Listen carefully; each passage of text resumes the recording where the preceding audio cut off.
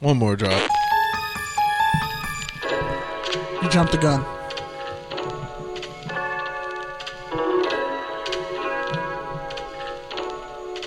Speaking of guns. Sun's out, guns out. No, that was just your cue to hit the shotgun. Not even there. There you go. Now hit a round of applause. Yep. No. Yep. There you go. You scared them. There we go. Don't be scared. Don't be scared. Hey, I know the Bears drafted your guy. Oh my god. He's in a state of unbelievable static emotion right now. The shades are on now because now it's smooth talking. But good draft picks only happens once in a lifetime. Smooth sports talk radio. It's a speakeasy. They're opening We are up. in the roaring 20s. We are. What's up, people? Live from the Good News Sports Studio in Hawthorne, California. It's my motherfucking birthday. Yeah. Wow, I like that little double up you did that. Where'd you learn that at, Kanye? It's all on the fingers, bro. That's Hey, what she told me, at least. and there also happens to be the NFL draft going on today, but It's his birthday, so fuck it. It's Taurus in season. another multi-universe, we're out there somewhere at a bar having a live event, but we didn't get to do that this year. We will get to do it next year, though. So we're putting that on wax right now. Hold us to it. See you there. Super Bowl, LA, touchdowns and hands will be there. Yeah, and just imagine there's going to be people in the crowds. Just Well, the draft is going to be in Vegas, so the draft's going to be in Vegas next year. yep. Nice. That's So- just a semi intoxicated drive on the way over there, going there and back. Hey, Izzy's in the house. What's up, Izzy? I'm in class right now. Oh, okay. All right. Multitask. Isn't that the greatest thing about the virtual world is you can be in two spots at once? Yeah. Did you guys see that girl that was on Sports Center? I think she was at that Cubs game. She's like, I'm actually virtually learning right now how to sign out there. Lit. Honestly, you should get an A just for multitasking this. Thank you. But yeah, over these next 2 hours, hopefully you'll get some good draft learnings. We got a slew of guests calling in. Probably the most diverse set of draft analysis you'll find out there. And yeah, otherwise, we're already about halfway through the first round if you're listening to this live. If you're listening to this on demand, then who knows what the fuck's going on. But yeah, NFL draft time. This is usually our like tent pole that starts the new year. So basically, this is the start of year 5 for touchdowns and tangents. So It really is. And we're all in here wearing shades. So it's nice. except for Izzy, she forgot the memo. It's okay though. I You're didn't here. get the memo. You're here. You're good. Cool. That's all that matters. Your presence is a present. Yeah. Pete's wearing Crocs. Crocs with jeans. And I'm actually dressed up tonight. Crocs with jeans. I'm dressed up today, so. But I had a job interview earlier today, so that's the only reason why. Otherwise, I'd be wearing Crocs, too. All right, so far, 20 picks in. We need sponsorship. 23. Yeah. 23 picks in. We have a ton of Pacifico and Arizona's here. Shout out to Lemonade. Shout out to King of Wings. I ordered a large lemonade, and I thought it was going to be like a 2-liter. No, they just gave me a big-ass hood drink with a bunch of ice in it. So salute to y'all. And I think it was like $7 or $5. No, it was Yeah, you actually got like $2.50. ripped No, it was like $2.50. You I take got that back. ripped off. It's like a Route 44 from Sonic, man. Oh, it was like $2.50. I looked at the receipt. So actually not bad. But speaking of not bad, I mean, for the mock draft that I did, mine was pending no trades. Most of them pretty accurate. Any surprises, you guys? I thought, obviously, the Raiders, they made another reach. The only thing that's giving me an ounce of hope is the fact that a few years ago we were skeptical of the Colton Miller pickup. I still don't approve of it. And I mean, for the most part, it's worked out. Has it? He's Has he made a Pro Bowl he's an yet? above average tackle. Has he made a Pro Bowl yet? Yeah, but anyway. Did Derwin James be an All-Pro? I hate when he does that, bro, because you hate the Pro Bowl. Like, you're always like, oh, the Pro Bowl. Okay, I said All-Pro. You said Pro Bowl first. Yeah, but he's not even a Pro Bowl And tackle. Derwin's only played one season combined. And that Over season 3 was years. All-Pro. Over 3 years. That Like, season was All-Pro. They're the Chargers. He's cursed because he's a Charger. That's a different story. And also, Tremont Edmonds is a really good linebacker, too. And they whiffed on him. but yeah, anyways, so the only thing that I like is that maybe there's a potential, but honestly, it's kind of a reach. I mean, he's probably going to be a guard at the next level. He's pretty athletic, though. Like, from what we said with his pro day, he But ran he's got to insanely fast develop. 40. He's got to develop more. Got to get his stronger. feet to be a tackle. We'll see how that plays out. Other than that, I mean, I feel like for the Raiders, it was kind of a worst case scenario. Like, And all this the is kind quarterbacks of, were gone. yeah, The top corners were gone. it was no man's land. I mean, what were you guys picking at 17 for your first pick? Yeah. and that's no man's land because Yeah. I mean, anything is kind of a reach if you're not fulfilling what your needs are. I mean, your first pick was the lineman, right? Yeah, I mean, out of Alabama. Najee Harris to the Steelers called it. Do you think? I mean, obviously, it's not a very sexy pick taking an offensive lineman in the first round, but it's like, No, it is would have that been what if you it needed was- though? Is that what you'd say over? I mean, none of the receivers really came down for you, which I think you guys could probably use. They don't really. The receivers are actually fine with what they are, but we'll talk about this in a little bit. Aaron Rodgers trade was on the table, but as far as who they could have gotten, they could have gotten Christian, the Virginia Tech tackle, Dorsal. He was projected to go 14th. He went 23rd to the Vikings. He's a better prospect than Leatherwood, even though Leatherwood was really athletic, All-American for Alabama. But it's also easy to be elite when, like, the other 4 guys next to you are All-Americans, too. So, Virginia Tech, Christian Dorsal, at least he would have been a better option because he probably has better technique, but also would have been a smoother fit at right tackle. But we knew they needed a right tackle, and they also need linebacker help. But what's the point of drafting a linebacker to do the same thing that the linebackers that you already have do but can't do consistently? So it's like you can't go corner. They could have traded down, but if I was the Raiders, I would have probably made a move for Aaron Rodgers. Just saying, since he came out and said he doesn't want to be there anymore. Or Julio. But yeah, just to add some context, the Athletic had him as their 3rd rated tackle, and the Ringer had him as 3rd rated guard, and the Ringer had them as their 1, 2, 3, 4, 5, 6, 7, 8th tackle. Jeez. So yeah, like Kenny said, bit of a reach for sure. I think the other thing that was really not surprising because there was a lot of buildup around it, but the fact that the quarterbacks went 1, 2, 3, like we knew there was talk about it happening, but the fact that it actually happened that way was a little bit surprising to me. I mean, what did you think about the San Francisco pick at number 3, Kenny?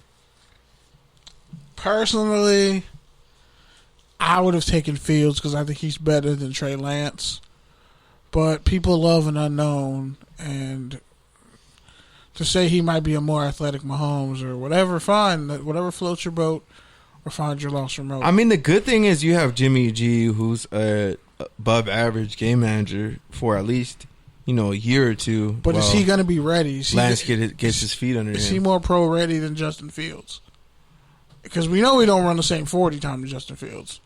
We know he hasn't put up the level of competency as far as his completion percentage, his deep ball accuracy, all that. He played at North Dakota State. Sorry, but those are a bunch of nobodies. Ohio State would clap them every week. It wouldn't even be close. We don't even know if he went to Ohio State as a transfer, if he would have beat out Justin Fields for the job. So that tells you a lot. But, I mean, if you want to go with potential, fine. But like the Jets, and shout out to Jordan Ball, he's no longer a Jets fan. Once he literally, y'all thought I went off when the Raiders took Khalil Mack. when they traded Khalil Mack, this man went off. So shout out to Jordan. He's a free agent. He's probably going to come to the Raiders because that's a childhood team. But, pain is pain. And the Jets took another QB, and if it doesn't work out this time, I have no sympathy in my heart for Jets fans. You've had like 17,000 chances to get this right, and you keep getting it wrong. And Zach Wilson, somebody said 94% of his family look like they all kick it in the what's it called, Martha's Vineyard or whatever. Like they all look super rich. They're and just wealthy. up in the heights and everything. Yeah, I was like, well, The Hamptons over there. You're playing for the Jets. You're he has playing a for the Jets. punchable Gonna have a, face. Somebody said he looks like he's in a boy band. Yeah, he looks like he's from BYU, man. It's he just looks like his family.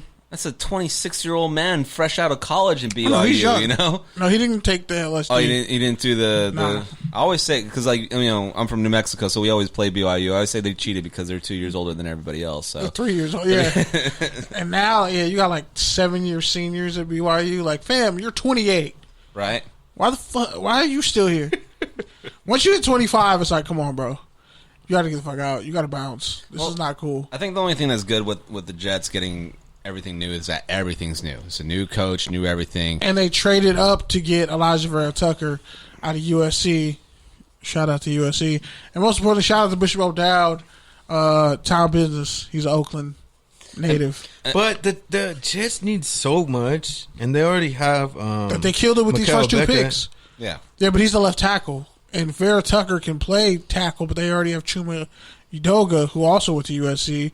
He's a right tackle. The Then Jets you need put a Tucker whole at team, guard. bro. Yeah, The they Jets need But a whole like team. Tucker can be like an Alan Faneca type player. He can be dominant. He can be like a Zach Martin. So you put him at guard, and now the left side of your offensive line is actually dominant because Becton's good.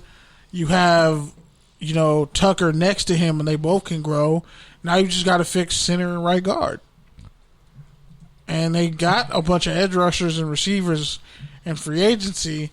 So it really just boils down to, what they're going to do. But, yeah, in terms of the Niners, I would have took Fields. Well, the thing is with the Jets are what the Browns were 5 years ago, and then what the Lions were before that. Where they're winless teams, basically. I mean, the Jets were so bad they even lost last place, because they couldn't lose right. It's pretty terrible. But they're in that same position as Cleveland, though. So if they keep getting this talent and drafting it, I mean, look at Cleveland now. Cleveland, you're like, those guys can make a push now. I mean, they've made the playoffs. They won a playoff game, and then you're almost looking at them like, are they the people to beat in their division right now? Because the Steelers, possibly not. The Ravens are flawed. And then Cincinnati, I think they should have drafted a lineman before a receiver, but they got Joe Burrow. If he's not the modern day Tony Romo, that's going to be broken. Ouch. Moving to pick number 4, a lot of people are saying Kyle Pitts, tight end of Florida. Best pick of the draft. He's the most athletic tight end ever. He's a generational talent. There was also a lot of talk that the Falcons weren't going to take him at 4. He's also not faster than Vernon Davis. Just because 4.37. Just because, Justin Fields was on the board. 1, Yeah. 2. They could also use some O-line help. Their defense is a mess. But ultimately, they went with best player available. Any other thoughts on that, Kenny? I'd rather have an elite offense and a crappy defense than a somewhat offense and a somewhat defense. I mean, who you going to cut? I mean, this is Matt Ryan's Julio last shot, right? You can't double Julio anymore. This is Matt Ryan's last shot, right? Pretty much. Yeah. So You give factor him one in- more weapon. He has a really good slot. Maybe Julio's less pissed off for like 8 games. What? If they don't trade him. But I mean, this makes it easier if you do trade him after June, because now you have Ridley as the number 1. You have their other receivers, slot guys, pretty good receivers. Then you throw in Pitts at tight end. Oh, shout out to the Jaguars getting Travis Etienne at 25. That's gonna be interesting with him and James Robinson. He's the second running back? He's second running back taken because Najee Harris went at 24 and Etienne just went. Him and Trevor Lawrence are reunited. Honestly, Travis Edney is like the better version of C.J. Spiller, and he put on like 20 pounds. So realistically, he was running like a 4.3. Is he better than the North Carolina running back? Yeah, these two are the best two running backs in the draft. Just came off the board, and now Cleveland has just the pick of the litter at this point with who they could get. Because I mean, they could go offensive line and. Well, the linebacker out of Notre Dame still on the board. They could go him. The safety out of TCU, he's there. But then they just got John Johnson and the Miami edge with the Russo. Yeah, he's the one with the health issues. No, Phillips is one with the health issues, and he went to Dolphins. But Russo had like 15 and a half sacks and then didn't play last year because he opted out. So yeah. It's quite interesting. I like what Jacksonville did with this pick. Because now you got James Robinson, you got Edney. So you got two running backs, you got an offensive line, you got receivers, you got sure-handed Marvin Jones with free agency. So you can build around him. And in case Robinson gets hurt, Edney has the juice to be a starter. All right, moving back to the top of the draft. One pick that wasn't really that surprising. Jamar Chase to the Bengals at 5, reuniting with Joe Burrow. Is that a or a B, C? How did you see that, Kenny? Hold on, check Skype real quick. I But don't yeah, think it's open. Might not be open. yeah, because we have You gotta to go down on the Finder. But yeah, repeat your question again. Number 5, Jamar Chase to the Bengals. A, B, C. It's an how would you rate A, that? and I think they probably figured we can just get offensive linemen in this draft. They can cancel for that. Yeah, they can just get offensive linemen in this draft. Later in the draft, because guys are going to fall. But Chase is an alpha receiver, and he's Joe Burrow's top target in college. You put Chase, you have Tyler Boyd, and you have T. Higgins. That's a young trio. That's something to a fight mix. with. That's a mix With of Mixon? everything. That's a little bit of everything. Yeah, with Mixon, that's something to fight with. And yeah, you could Jonah Williams is still the left tackle. So you just shore up the rest of the offensive line. Hopefully Creed Humphrey falls to them in the second round. But that's pretty solid. And the Browns their pick is already in at 26. So yeah, this is interesting. At 6, the Dolphins, their first pick of the night, they took Jalen Waddle. Steal. Some people felt like that was a little high for him. A lot of people felt like Smith was higher than him. Devontae Smith, his teammate from Alabama. What do you think, Kenny? Nah, he's actually almost faster than Henry Ruggs, and his separation and agility is elite. Like he was having a better season than Devontae Smith before he got hurt. He was averaging like 25 yards a catch. He was on pace to have a better season than him. So yeah, I think that's perfect. When they're showing everything live, they're comparing him to Santana Moss. No, they're to Tariq Fuller Hill. And Tyreek Hill. Yeah, he has that type of explosiveness, and he can return kicks. He's a little bit bigger too, right? 5'9", Yeah, 180. not much bigger, but a little bigger. Yeah, but I mean, reality is set in with Devontae Smith. That people are still like worried about this guy that's 160 pounds being thrown around. You don't get me wrong; he's going to be fast as shit. I mean, I think people are, but fast ballers enough. aren't. Like, Yeah. you know what I'm saying? He was like a 4.49. He's fast enough. He has a lot of people have been comparing him to Marvin Harrison. Yeah, just saying that he got the juice. He's not a bodybuilder by any means or a track star. But he's a football player. Like, he's going to find a way to get in the end zone because that's just who he's always been. We'll see, though. I mean, Smith, he's in a good spot with Philly. I think you got a guy that hurts. They took a receiver last year who kind of was hurt, but not that good when he wasn't hurt. Rager out of TCU. Yeah, so. Because the Eagles traded. No, first it was. The Cowboys traded. Yeah, they jumped. They jumped from the Cowboys. Go for it. Hello, caller. What is your name and where you calling from? This is Cedric. What's up, Seed? How you doing, sir? California. Oh, you're in Cali now? How y'all doing? You're back home? I'm always in Cali. I thought you were out in Arizona. Nah. Nah, man. Why? That's what's up, though, man. How's everything going? How you been? Good, man. Doing good. Just catching up on this draft, watching everything, enjoying myself. How y'all? Same. It's my birthday today. The Raiders didn't Happy give me a birthday, great bro. pick. Appreciate that. Raiders didn't give me a great pick, but I'm used to it, so hopefully it works out. What kind of Man, stands? I'm a Mike Mayock fan, so they always go off the board traditionally, but maybe they know something. I don't know. It seems like they just watch whatever college football is on TV and just pick players from there. He Because played they great only against pick Duke. from the top programs. Like,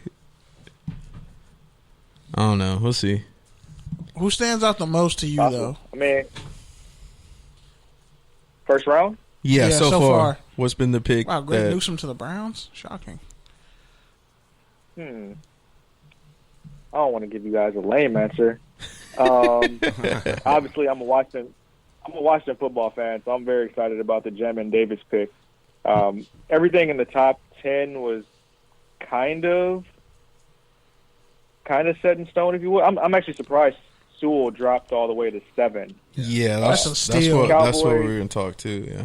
Yeah, that's a big steal for them, especially for having Jared Goff there. Devonta Smith going to Philly, and Philly actually trading up to go grab him, was surprising to me. I think that's a big steal for them, and I'm not worried about his size at all, any of those normal concerns. It's kind of reminiscent of when they went and got D. Jack. Yep. I guess Chicago getting Justin Fields. That was a big moment. Yeah, it was. Good for him because he's been having a hard couple of weeks for really no good And for reason. no reason. Yeah, for really no good reason. So, And played with destroyed reason. ribs. And he steps into a situation where he can probably beat Dalton out in camp without any issue. and I mean, and even if he doesn't, I mean, come in mid-season a little bit more seasoned with the playbook, or even next year if for whatever reason Dalton is good.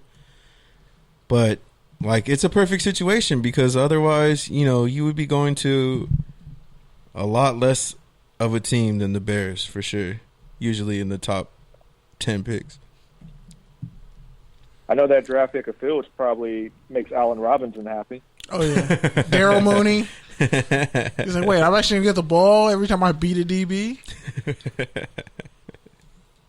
Yeah. Makes those guys happy. Might actually give them sign a long-term contract now. Yeah. Well, you look at just that. Let's go back to that top 10. Pitt's at 4. Let's say they don't trade Julio. Now that's a scary offense because you can't double Julio anymore. You have him, and then you factor in what the Panthers did in getting J.C. Horn at 8, and now you look at their defense and what they did last year by going all defense last year, and I don't know, how does the NFC South look just from the picks you're seeing? You know what's crazy, man? They were flirting with trying to trade number 4. Yeah. And the Falcons' offense was kind of nice, even when Julio wasn't playing, because Calvin really stepped up big time. Todd Gurley was still finding the end zone. So you're adding Kyle Pitts to the mix, and now you just have this really dynamic passing offense. But it's really going to depend on Matt Ryan. Yep. It's really going to depend on him. And I wouldn't be shocked if they wouldn't got a quarterback to groom in the second or third, because it's something about Matt Ryan. I know he makes a lot of money, so he's not tradable right now. But their fate kind of hinges on his productivity and being healthy. So as far as you mentioned Carolina, Yeah. I'm J.C. not Horn. a Sam Darnold believer, so we'll have to see. They're also going to have to tone down Christian McCaffrey's usage because he did get hurt a little bit last season. So it's still the Saints' division to win. I'm all on this Jameis Winston train. Fair enough. I think he's going to I think he's going to have a good redemption season. I don't know if Carolina is going to be a playoff team, but I think they'll be competitive because they were pretty competitive last year, and I feel like they got a little bit better this offseason. And the Saints, I mean, the Saints, like you said, still their division to lose. But you also got the Bucs right there, who are the champions. So Signed all 22 Yeah. starters. yeah, exactly. Antonio Brown's So- back. Bucks were the champs, but they didn't win the division. I don't know. They returned everybody too, low key. Yep. But if you look at that team, the Saints, like the QB was the difference. So you have Taysom Hill and you have Jameis and Michael Thomas and nobody really else at receiver and Kamara. I think they're probably going to go receiver with this pick because you still got Elijah Moore if the Ravens don't snag him right now. But I mean, as far as the gap in that division, do you feel like it's much closer, or is it still just really a 2 or 3 team kind of race? It's I would say 2. Saints and Bucks are the cream of the crop of that division. And you're right about the receiver run. These next 3 picks, Ravens, Saints, Packers, you should see Elijah Moore and Rashad Bateman come off the board here. If the Saints go out here and get Bateman, that's going to make me feel a lot better about their chances to actually win the division. I think they're definitely still the stronger regular season team over the Bucks, in my opinion. And with that, like, this is one of the deepest receiver drafts, like, last year and this year. But production-wise, I think it's going to be interesting to see which draft had better receivers, let's say 5 years down the line. Because a lot of guys in this draft are probably going to be better fits than some of the guys who went in the first round last year. Like, Rager to Philly was a bad pick. Because it's just like he has to learn to be put in that role. Like Justin Jefferson, just like, you're the number 2. You just have to be a good number 2, and he exceeded all expectations. And Ruggs, nobody thought Ruggs was going to go first. But this draft, you look at, Chase going to the Bengals, they got 3 receivers now, and Mixon, that's dangerous, even with no good offensive line for Burrow. And then you look at Miami, they got Waddle. And by the way, he almost went to Oregon. Some dude was like, oh, he could have been called Duck Waddle. I was like, okay, draft Twitter stupid. But you look at the Dolphins, they got Parker, Fuller, Gesicki at tight end, and Waddle now. I forget who the running back is, but it's these. I think this receiving class is probably set up better. Miles Gaskin, Lynn Bowden. Oh yeah, this. Oh wow, I forgot about Lynn Bowden. Raider cast off. Rashad Bateman to the Ravens. Oh, there you go. I like that. I like pick. Bateman a lot. Yeah, I like that pick. I don't know if he really ran that 4.39, but he's fast enough. 4.4 at worst. Like, and they needed a big receiver. They were probably choosing, like, do we go Elijah Moore? By the way, Elijah Moore in 8 games had almost 1,200 yards receiving. He averaged 145 yards a game in 8 games and stopped playing. And the only person in front of him, Devonta Smith. That's crazy. Like, I think this receiving class might actually, in terms of production, they got the better end of the stick than last year's receiving class did. Absolutely. So, were you guys shocked by any of the trades that happened during this draft? yeah. Like, for example, Cowboys and Philly. Yeah, Yeah. that whole I NFC never thought East. Crips and Bloods would trade. That whole NFC East little section right there. I was like, wow, no more gang ties? All right. But I really like the Cowboys made that trade because it's okay. Go ahead. We got Dak. You're not going to take a linebacker because you have too many holes anyway. So they're like, if you take the guy we were going to draft, we're just going to screw you and take Devonta Smith and just run 4 wide with Zeke all day. We didn't even need a tight end. We're just going to throw out Gallup, Cooper, Lamb, Devonta Smith, and Ezekiel Elliott. We're going to run 4 wide all day, and you're going to have no linebackers. And like the Eagles were like at the mercy of everyone in this draft ahead of them. I mean, I feel like Pretty much. part of it was the corners going at 8 and 9 because I feel like those teams could have easily made a play for either of those top corners, especially the Cowboys. I think that's who the Cowboys wanted was one of those corners. And I'm not a fan of the Cowboys in any form or fashion, but Parsons is a great pick, especially this week with Sean Lee retiring. 4-3 speed. Pair him up with Jalen Smith. I mean, that has potential to be really good. 4.39 speed. I mean, 4.37 speed. With all the pro days and everything, wasn't he the one that everybody's raving about just being some just some beast of just on all his workouts? I mean, he was the talk. I mean, he's probably the best defensive player. Well, I think that's why him going to the Cowboys is such a good fit, because they're not going to need him to do everything, right? Because they have Van Der Esch and they have Smith, so you can just put him in. I forgot about Van Der Esch. You can contract year, by the way. You can just put him. I mean, he could really play either three linebacker positions, but you can just put him at will and just let him chase and play the passing game, and that's good. And then you put Smith and Van Der Esch in more situational roles where they don't have to do everything. They're going to be better too. That defense needs so much help in Dallas too. So we can't get great corners. The second level of defense is going to be great. Yeah, we can't have great corners or a great defensive line, but all our linebackers run 4.5s. Our slowest linebacker runs like a 4.6. Our fastest linebacker is faster than everybody on your team. A middle linebacker running a 4.39 is ridiculous. It's insane. And he's 6'3", 240. He can rush the passer, coverage, do all that. And normally, I don't hype up Penn State, anybody, but Parsons, coming out of high school, they said he was a generational talent. And it's he kind of reminds me of he might be more of a Patrick Willis than, let's say, a Luke Kuechly.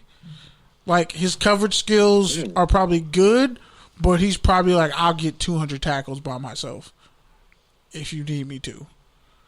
But in the way the league is set up and the way that division is set up, the Cowboys are going to be throwing Dak when he gets back. He's going to probably start off where he left. And all the defense is going to need to do is get a stop. That's the thing, man. I hate the Cowboys, but there's a lot of players. They have a lot of players that I like. Yeah. Well, that's the thing. They look so good on paper every year, and everybody picks them and stuff. But they just can't get it together, or they're not healthy enough. I mean, to be honest, if it weren't, can't get right. Yeah, if it wasn't for their defense Shout last out year, to Can't Get Right. They would have probably still had it. Well, they still did have a shot for their division to make the playoffs, regardless. But they should have killed it in that division. They're like the Chargers. They're the NFC version. The NFC version of the Chargers, but the Chargers I feel broke that bad luck curse because they took Slater fell to them at 13. That might be the steal of the draft because I thought he was going 8 to the Panthers. The difference is the Cowboys have rings and the Chargers don't. Yeah, but the Cowboys haven't won a Super Bowl since before I was alive. I mean, you're not wrong. I'm 20. About that. I'm 29. You're 29. They've barely won one playoff game. They won a Super Bowl when we were 6 months old. I was 6 months old. You weren't born yet. Who wins the Super Bowl first, Rams or Chargers? Chargers. All right. I don't know about that, man. I'll put wings. Interesting. I'll put whatever you want on that. No faith in Matt Stafford. So you think Aaron Donald's washed? You think he's going to be hurt now? I think he's going to be hurt now? They got some payroll tied up, man. They got to win something. That's what I'm saying. What are they going to win? Year, though. What are they going to win? They figure it out. Look at the Cowboys. They said it on the radio today. They're like, the Rams, ironically, even though they have the richest owner, they live paycheck to paycheck. They're brokety broke. Every year they just switch up. They're payday loans. They just switch up their team. They're payday loan pimps. Who's better than the Rams in that division? The Cardinals. The Cardinals. The Cardinals just got Zayvon Collins. Come on, man. I didn't like that pick. That's a great pick. No, don't say that. That's an amoeba defense. It's hiding. They're hiding their trash corners. We say that every year. No, but they're hiding their trash. I feel like the NFL. I feel like the NFL has figured Kyler Murray out. It's done from here. Nah. I think that's a fair take. Think about it. He still puts up great numbers. He just needs a better offensive line, and the defense needs to be better. But that offense was pretty great last year. And now you throw in a healthier A.J. Green. That offense is kind of scary. Debatable. I mean, even if A.J. Green, debatable. Even if he gives you only 800 yards and 2 touchdowns. A.J. Green is the number 2 option when Julio's still the number 1. Wow, Peyton Turner to the Saints. People were talking about him. That's a head scratcher. People said he was going to go. This is worse than the Marcus Davenport pick, though, from a few years ago. because they need a receiver. So here we go. Green Bay on deck. Yo, Aaron Rodgers, Yeah, I'm not mad at him. But I would definitely go back to say Aaron Rodgers needs therapy. he does. Like, bro, Abusive relationships his whole career. he's too mad about shit from 18 years ago. He's still mad about his teacher in college saying he's a dumb jock when he's smart. He's still mad at all these contestants giving him still shit mad about him on fucking Jeopardy. He has. Can I shoot bail for Aaron Rodgers? When Oh, you're wait. Pick is in already. they already. That was fast. Really? Oh shit. Yeah, Oh, shit. Elijah Moore probably. Or they take imagine they take a running back. They take another linebacker. Wait, didn't you take Rashawn Gary? You took like 3 linebackers and we let it go, bro. Or they might take the safety out of TCU. Really piss them off. Like, oh, what's that going to do? Kevin King's still going to get beat. That wouldn't even be a bad pick. But they already got We might go Savage. this whole first round without a safety getting drafted. Yeah, this is a weak safety class in totality. Like, is the TCU safety really that much better than Matt Elam coming out of college? Not really. Like, if That's a good anything, question. And then he has Would he have surgery on his back recently? no, that was Fairley. He went. That was. He Fairly. went to the Titans, but he was a receiver. Oh no, Morg had something with his neck then. I thought it was his elbow or something like that, but he had surgery for sure because he opted out too. But the way I look at it, to answer your question about the Rams, I think it's done. I think a lot of lucky things have to happen. They got a veteran unit, but if they don't hit in this draft and their run game doesn't show up and their offensive line falters, it's over. I don't think they can afford Whitworth going down again. They can't afford that. They don't have the depth. On top of that, Kyler Murray is a problem. DeAndre Hopkins is a problem. AJ Green, the Isabella, like they're deep at receiver on that team, and the offense just has to be able to put up points and eat clock, and the defense just has to stop you. And Isaiah Simmons, I don't care what anyone says, is a linebacker. They can use him as a safety, but he's a linebacker. And then you throw in J.J. Watt and Chandler Jones, and I thought they were going to go. About JJ. I thought they were going to go Barrymore at 16 because they really don't have an elite D tackle. But it's like, well, they got what they got, and it's mostly nickel anyway. And he, Collins was Defensive Player of the Year. So if you got him, they're molding him to be a pass rusher and dropping the coverage. That's something special. But then you factor in. Well, I was listening to it on the radio, and Bart Scott loved the pick. He was like, Isaiah Simmons, he's he doesn't see the box like a linebacker. So now you get somebody like Collins, who's a true thumper. Yeah. But still, man, I just don't feel like that was the biggest need for them. I feel like they had other things they could have gotten to make them better. That's no man's land, though. In the division, yeah. Definitely 14 is. definitely I'm surprised neither one of you guys are talking about Seattle. No love for Russ after. No, I said Seattle. I love Seattle. Yeah, Seattle's stupid. But I'm a Pete Carroll fan. We got the same initials. Seattle took Jordan Brooks, and he had 57 tackles last year. I mean, they took Jordan Brooks in the first round when there was somebody probably better on the board. Like, it ain't gonna last much longer in Seattle. I hate to break it to y'all. Seattle is self-destructive. Could you see Aaron Rodgers and Russell Wilson trade teams? Nah, that'd be horrible. You'd have to give up more if you're Seattle. Doesn't have the line or the cap for space. Aaron Rodgers. Yeah, you get killed. I trust Russ on a game on the line way more than I trust Kyler Murray, though. But Kyler Murray, I trust DeAndre Hopkins fair. with the game on the line. Kyler Murray just has to get the ball down there. The thing is, though, he doesn't have to win you games. He just has to. He's enough of a threat. Like, the same way Fields is going to be impactful with these QBs that run like 4.4s and stupid, insane speed. They're like, look, we're going to run the ball. We're going to manipulate the defense. We're going to play the odds and the numbers and get into a position to score. And you just got to distribute the playmakers. That's where the league is going. Wow.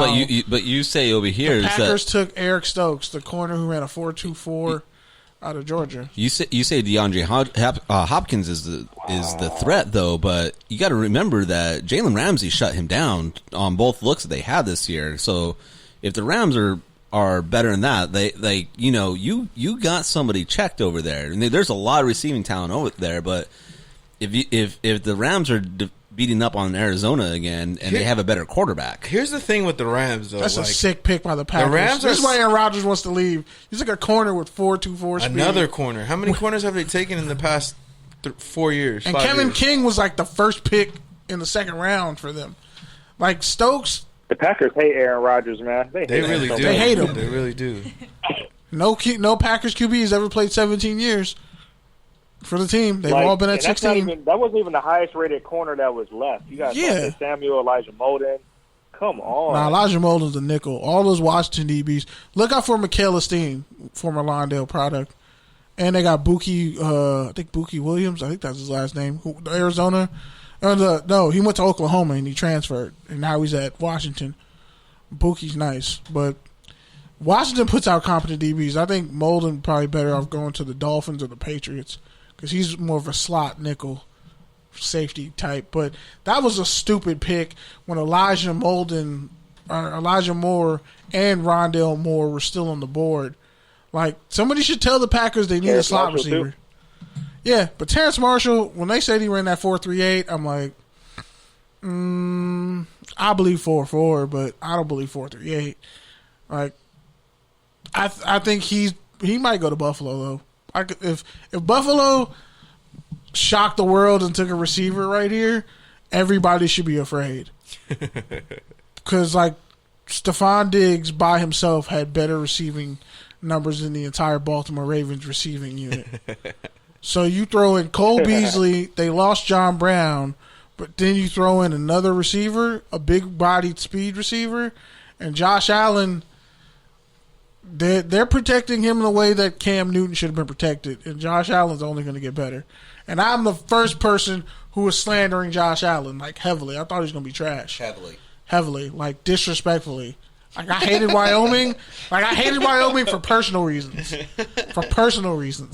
But when you look at, what they're doing, Buffalo's on the right track. They should probably take a running back. They should probably take Javonte Williams out of North Carolina because Zach Moss and Singletary, it's not doing it. I feel like Buffalo's the place where running backs die now. Nah, don't say that. They've had a lot of great running backs in Buffalo. But some of the murder. Chicago is out there. Yeah, Chicago. No, Buffalo is shedding the label of what Chicago is.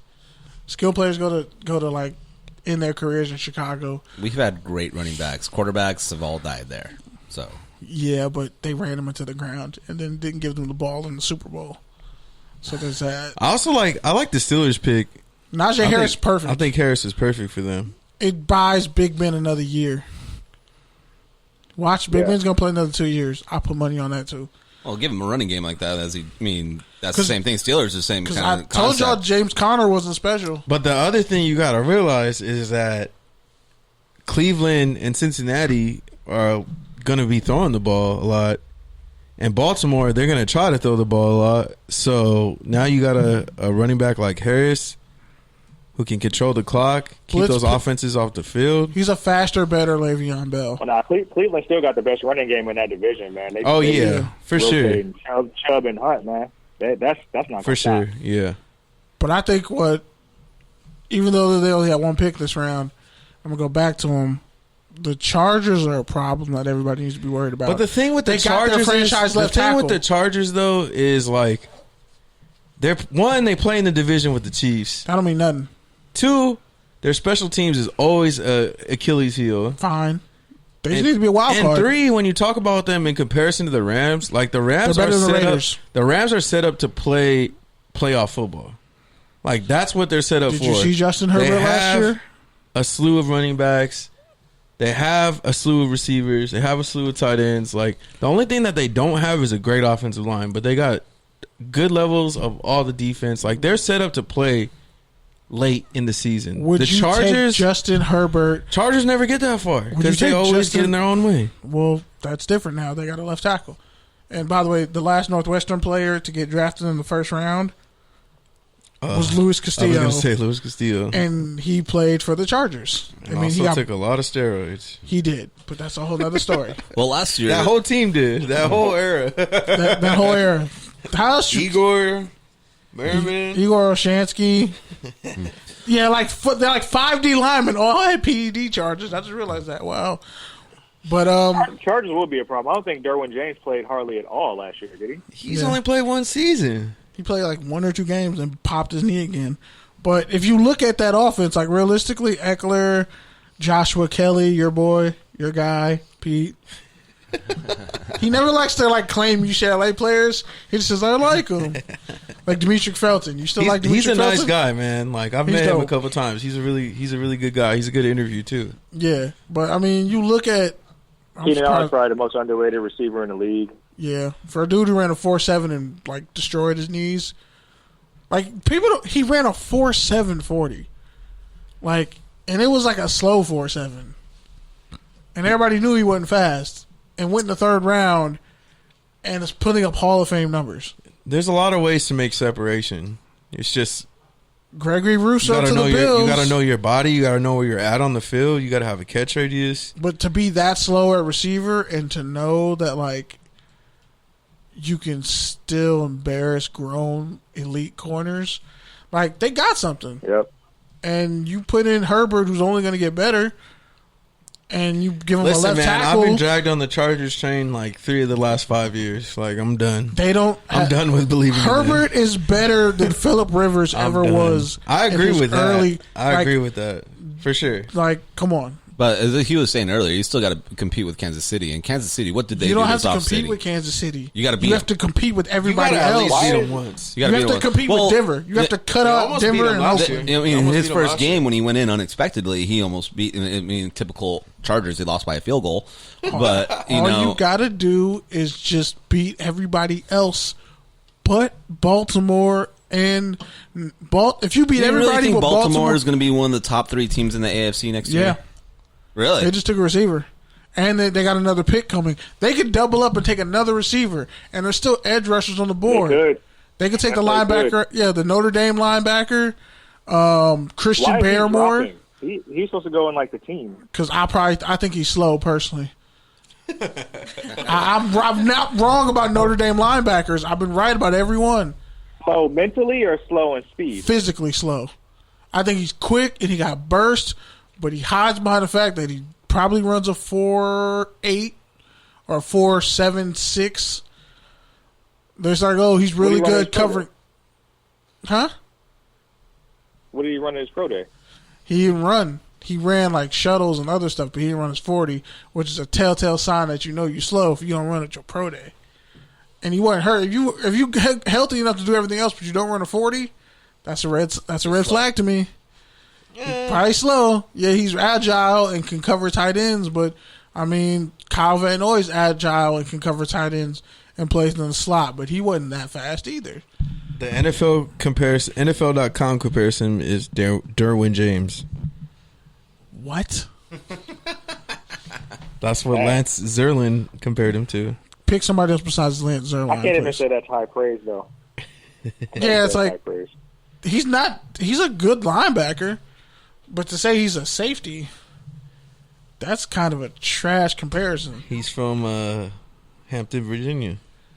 That's cool. He's from the DMV, but still, I don't know. It's just the Chargers. If you get a franchise left tackle after you get your franchise QB, and you already have receivers and skill players, and you got Kenneth Murray.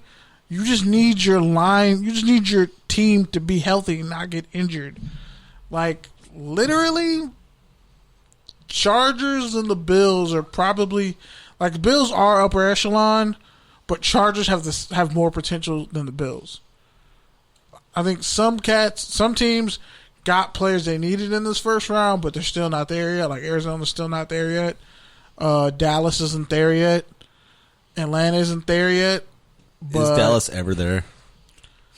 They're adjacent. They hang outside the club, and they don't want to tell you they got kicked out, so they just hang outside the club the whole night. As they're trying to call their boss in the yacht. They're like, hey, they're always asking like, hey, can I bum a smoke? They're that person outside the club. Oh, that's funny. They be talking up the doorman's ear all day, and even when they switch doormen at the end of their shift, they still don't let them in. That's them. They be like, "Hey, go have one to drink with me and bring it outside." Like that's what the Cowboys are. Wow. Here, bro. Hey, you got $20? Okay, cool. Here's 15. I mean, but the Bring thing me out is a shot that of division Hennessy. they play in. That division they play in Is Garbage. garbage yeah, water. pretty much. It's carnival garbage water. So I mean, that's an easy 6 wins right there. I don't know. I mean, the same thing with the Cowboys. It's like every year on paper, but somehow they find a way to not. Why are the Finish Ravens the way through. having like a knife fight in they get the 31st overall pick, and for some reason it's not a receiver. I don't think they should go safety. But by the way, Earl Thomas just got kicked out the league, and we just don't talk about it anymore. That's really weird to me. It's quiet. It's quiet Quietly. for I think he was trying to try out for a few teams last year, and then Houston. with COVID and all that, it made it harder. I mean, that's kind Because of last year, you know how they wanted you to like run on the practice team first because of Yeah. COVID, then step up. Yeah, and then he wanted nothing to do with that. How you feel Yeah, about some people were just too prideful about that. the Ravens trading Orlando Brown, getting 2 first-round picks, and now they have holes at guard, center. Oh, the pick is in. I think they made the right choice trading Orlando Brown. He was a 3rd-round pick. He played like a first-rounder. You flipped him and got a first-round pick. That's what you're supposed to do. And now they can get Just like cars or what? yeah. But the issue is they get Tevin Jenkins. There's offensive linemen left at the end of the first round. The issue is And though they you can get gave it. him to Kansas City, and that was their biggest weakness. That's really the only Yeah. negative to that trade. And then take Kyle Long, who's I mean, a former the- All-Pro, you know. Yeah, but if the Cowboys and the Eagles can trade, then I'm okay with the Ravens and the. That's so weird. That's still very weird. I was like, wait. Yeah, it's like 'Cause the- I it's like was hoping for the Kansas City Bears to O-line catch is that one. Stupid right now. that is Yeah, a it is. filthy O line, and Duvernay Tardif is coming back, so it's like Kyle Long is probably going to play right tackle because Mike Reimers is not seeing the field. If I'm Andy Reid, he got to wear shades when he come on the field and have one of those sticks, be led around by a seeing eye dog. That's 12 men on the field, man. That man doesn't feel forward pressure even if he's standing in the ocean on top of a dead shark. Like he could be covered in blood in the middle of the water and he still feels no forward pressure. It's amazing. Like he just stands there. Like how do you get beat all the time? How you get beat all the time?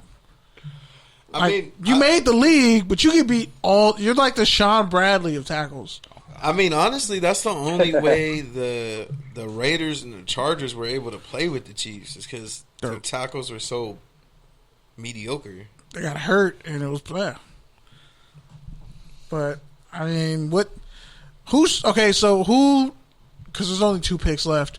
Who do you think? Are you surprised about anybody who slipped out of the first round based off who's left? Because I'm surprised Christian Barrymore is still there.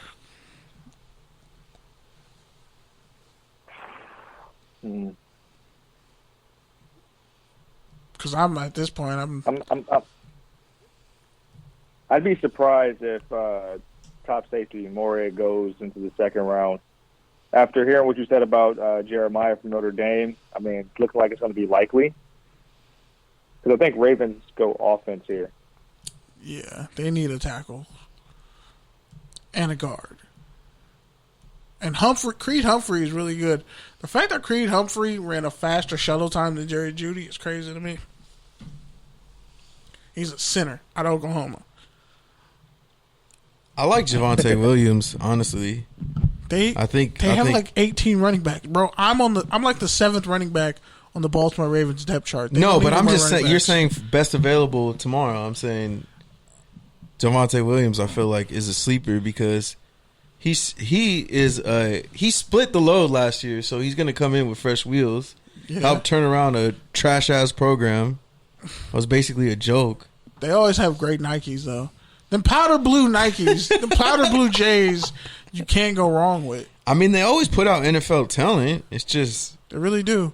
Never do anything. Wow, the Ravens like got Jason Owe. They're like the Ole Miss of ACC. Like the Ravens really they're betting the farm on this one. Jason Owe, he was a defensive end at Penn State who ran a legit 4.37.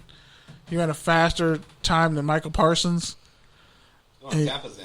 6'5", 250. Didn't have any sacks this year, but ran a 4.37. Is he a linebacker or an edge? Both. More. He played with his hand in the dirt. Is he better than Rousseau? More upside. I mean, if I got a defensive end who's 6'5", honestly, I wasn't that 250. impressed. I thought Rousseau was kind of a little overrated. Like he looks like he'll be good, but he had one good year as a sophomore and then sat out the whole year. And on top of that, again, Jason Owe, 6'5", 250, ran a 4.37. Like, there are receivers on the Ravens team who don't run 4.37s. Willie Snead? He ain't there. He's not there no more. I know. Miles Boykin. Shout out to Notre Dame receivers who always fail. When was the last Notre Dame corner to be a good first-round pick? I can't think of the last Notre Dame corner that went the first round. There's one. Allen Rossum? Wait, no. He was a seventh. Never mind. That was something else. It happened a long time ago, though. Yeah, well, guess what? Will Fuller still made Adoree look bad. I'm never gonna let you live that down. That's the only thing he holds on to is that, like, I had to watch Adoree get 8 on a double move. But you know what? USC really didn't, like, prep their DBs to be NFL ready at one point. Like, they were just getting toasted against Arizona. How you let, like, Arizona put up 500 passing yards on you? They were doing that.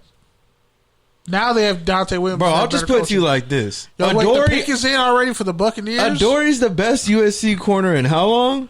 Since exactly, and he's like since Terrell Thomas, and he was like a second round pick. And he's what? He got a second contract and then got cut right after. Yeah, that's because had he went to LSU, he'd have been a top 5 pick because he has ungodly like recovery speed. And the pick is in for the Buccaneers, but Jason Owe, I think, is the perfect spot if the Ravens are going to do something with him. That's the one place I'd want him to go. Because imagine Joe Tryon. Wow, that was a lackluster pick. I would have went with actually just protected Tom Brady with linemen or something. I mean, yeah, they already got enough guys though.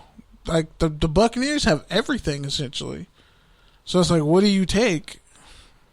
Whatever's there. That was a lackluster. This is going to be interesting first round because a lot of these guys, like the Jaguars, are going to be cleaning up on talent. But Joe Tryon was pretty good for Washington when he played. All right, so who else do you like for your Washington football team the rest of the draft? See? Because Davis is dope. Next pick is 51. I don't know, man. The crazy thing is we got a guy who I like a lot in Davis, and there's some upside here with whoever's left. I think we need a tackle, a tackle for the future. So, I mean, if we can get we can come up and get Tevin Jenkins, or if he falls, or Eichenberg, I'd be okay with that. Those that's the main thing, getting a tackle. The second level of defense was an issue. Safety is an issue, and it's been an issue ever since the passing of Sean Taylor. Landon Collins needs to be converted to a linebacker, but I don't know if he's probably really reluctant to do it. Hopefully it press his line on that. We've been telling him that for 4 years. I kind of said it right out of college. Yeah, if we can get one of the top safeties in the draft and a left tackle, I think we'd be set. I'm really indifferent on the safeties too. Moore could be nice. I like Javon Holland as well. I think that would be a win. I'm surprised Asante Samuel Jr. didn't get into the first round. I thought he was going to. I thought all just off the name value? Yeah, just off name value. I bet if the Chiefs were at 32, they would have took him. I feel like this draft was like this first Elijah round. Moore. Yeah, I feel like this first round was like the underdog draft. Like all the teams that really needed to step up and improve got the person they needed. Like the Ravens with those 2 picks in the first round, I mean, they lost their main edge rusher in Judon, and you get a guy who, quite frankly, is faster than most of your corners playing linebacker in a 3-4, and you got Tyus Bowser, who was also a guy who was like, well, he could be this or he could be that. The Ravens are always interesting. I'll give them that. But yeah, Washington, I think they got a steal in Jamin Davis. He ran like a 4.4 at his pro day, 4.48. Kadarius Toney to the Giants just makes sense because they need all the receivers they can get. The Colts got Pay out of Michigan. So who do you think won the first round? I hate that That's question good. because it's always like we don't know. How are we gonna know? Now we know. Subjective. We know the Raiders didn't win. We're not gonna know for another 3 years. Did the Raiders win the first round? No. The Bears could be possible winners. The Jags could be possible winners. What do you think about Atlanta's pick? Tight end. Pitts. Atlanta got the best value and the best player in the draft. He didn't drop 1 pass last year. 43 catches, like 880 yards, 12 touchdowns, no drops. 6'6". I'm going to say the 49ers. Even with Lance? Yeah, they moved up, got a guy. I'm just thinking about how well of a play caller Kyle Shanahan is. You give him a dynamic quarterback to boot, too. I think we might not see it this season, but long term, I think they got a win of this draft. That's fair. But I They mean, already got it's the weapons same. in It's the Tampa same Bay, thing, though. There's already weapons there. We won't really know for another few years, at least 1 year, maybe 2. But yeah, if he turns out to be Pat Mahomes Jr., then for sure. I mean, Pat Mahomes only ran like a 4.8. Trey Lance got burners. So, if anything, I got to go Atlanta as the winner because they got 2 offensive linemen last year, so that's already a work in progress. And now you have a guy who's going to be there the next at least 5 to 7, hopefully 10 years in Atlanta. And Pitts, learning from Julio, like that's a video game offense. And I'm definitely taking all those guys in fantasy football. I had Ridley, I had Gurley. Play for some money this year, to goddammit. Please. I mean, I did Please, buy bro. some more Dodge coins, so I guess You're that dude in freshman football who's like, oh yeah, I put up all these stats in Jeff, bro, as a freshman. Like, okay, cool. Play high school then. Wow. Yeah. Did you just say I'm a flag football champ? Yep. I'm a flag football Hall of Famer? That's what you are, bro. Yeah. That's disrespectful. That's highly disrespectful. Yo, how many cats we know like who are kings in passing leagues but couldn't get off the line once pad game's on? A lot. That's football. That's half the team. But I mean, yeah. Mac Jones to the Patriots. That's probably the second, if I had to guess. If I had to say my top 3, Pitts to the Falcons, Jones to the Patriots, and what the Ravens did. Because they needed a receiver, definitely. And then they got an edge rusher. But I think by far the worst pick of the first round was Eric Stokes out of Georgia. I don't know what the Packers... Like, Aaron Rodgers is going to have a blood feud with that organization. It's going to be like, somebody's going to get killed to try to... Okay, to be fair, though, they said the same thing about McKenzie, and he turned into a baller. They thought he was a reach. McKenzie had potential, but he went at like 19, so it wasn't a reach. But they were saying they needed a receiver then, too. We've been talking about Green Bay needing a receiver for They took King, though. a cool decade. They took 2 corners. that draft. It's a Kevin King and Mackenzie Alexander. This is different. They needed I'm saying they just took corners. and a safety, Darnell Savage. Yep. How long ago did they take Jair Alexander? Like 2 years ago, right? Yeah, this is like his third year coming up. Yeah. Fourth. 2018. Izzy's on it. Good job. They had 3 corners in the past 4 years that they drafted. And they took Kevin. Justin Jackson at one point.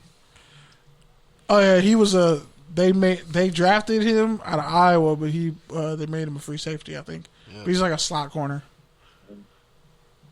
Kevin King gives up one play in playoffs, and it's like, yeah, we gotta take this man's job. Like, how you get eaten up by a receiver your size and you faster than him? Like, the technique was embarrassing. Like, that's what's in. Like, he got eaten up by Scotty Miller. It's like, how many people are you going to get like mossed by when everybody was like high on Washington corners for like 3 years? Sidney Jones flamed out. He flamed out. Sidney Jones had a bounce back year though last year. And Yeah, tell me when he makes a Pro Bowl, then we can talk. It took him a while. It took him a long while. He got injured. bro, he had 2 damn near career-ending injuries. Well, that still don't mean he made a Pro Bowl. So Isn't he from the That Bay doesn't- Area? Are you allowed to slander a Bay Area person? I got to be honest. I love my Isn't Bay Kevin Area. King from the Bay Area too? He's definitely from the Bay Area, and he knows better. All right, man. I think my top picks were Slater for the Chargers, Harris to the Steelers, and Smith to the Eagles. Because I just feel like those are like year one, day one, like plug and play impact players. Like you feel the need, and you also got good talent, good upside. Like that's something you can go home and look in the mirror and say, like, yeah, we got better today, and we have a chance to keep getting better. How does Cam Newton feel knowing they drafted his replacement? There's no way he beats Cam Newton in camp. What if he does though? Who's chance. Is he like There's Tyler no Wilson, shot. but more athletic? I don't know about that. Tyler Wilson was trash, but he was I don't know hyped about too. that. That's what I'm saying. Tyler Wilson was hyped as a Jones first is round better pick. than him. Tyler Wilson was hyped as a first round pick. Only in Gruden Grinders. McShay, I think McShay hyped him as a first round pick on the Jevon Sneed side of the game. The question is, does he beat Jared Stidham as the backup? Stidham. I feel like you knew that and you just purposely said his name wrong. Yeah, probably. But yeah, Mac Jones is interesting because it depends on what kind of offense they're gonna run. Are you gonna make another Hove and try to be a fake Tom Brady ripoff and everyone's gonna notice it? Because I don't see anything special about Mac Jones. He might be like a good Kirk Cousins. That's about it. There's a good Kirk Cousins. That's what I'm saying, right? He'll like, he completed 80% of his passes, but he only threw 280 yards and 3 touchdowns. Yeah, but he didn't lose the game. He didn't win it either. In fact, he let everybody cut him in the line when he had to go to the restroom. Jesus. So now he's pissing in a bush, and that's why he has like a decent exposure charge. That was a wild example, but y'all get what I'm saying. Kirk Cousins another season. I honestly thought they were going to take a QB. I thought the Vikings were going to seriously entertain taking a QB. And just say, we want Kirk Cousins gone too. Hey, we'll take A-Rod. That'd have been funny. There was no quarterback at that time with Minnesota, though. Yeah. So all right, we're gonna protect our David Stills. Yeah. Oh man, the Stanford QB's coming. Him, Walker Little. I remember when they said Walker Little was going to be like a top 3 pick. I was like, he ain't played in 2 years. He was injured, and then he opted out for the whole season. But anyway, so said, who do you think might fall to the third day based off who's left? Ooh, that's tough. talking about people that should have went in round 1? They didn't go round 1. They had all this hype where you could be a first round pick, like the TCU guy. You think he might fall to like round 4? Rousseau? No, there's no way. Rousseau got drafted There's already. no way. Oh, he did? Yeah. Oh, my bad. I don't think he should have. There's no way. I don't think Rousseau should have went to the Bills. They took guys him. like this. I mean, that might be perfect for him to learn under Jerry Hughes, Find a though. home on day 2. Where do you think the next USC player is going to get drafted? Do you think Nate Dogg's son? No. You think Warren G's son going to get drafted? That's the better question. Let's just cut to the chase. I've been holding this question in for a while. I didn't even know Warren G had a son, like, eligible. Elijah.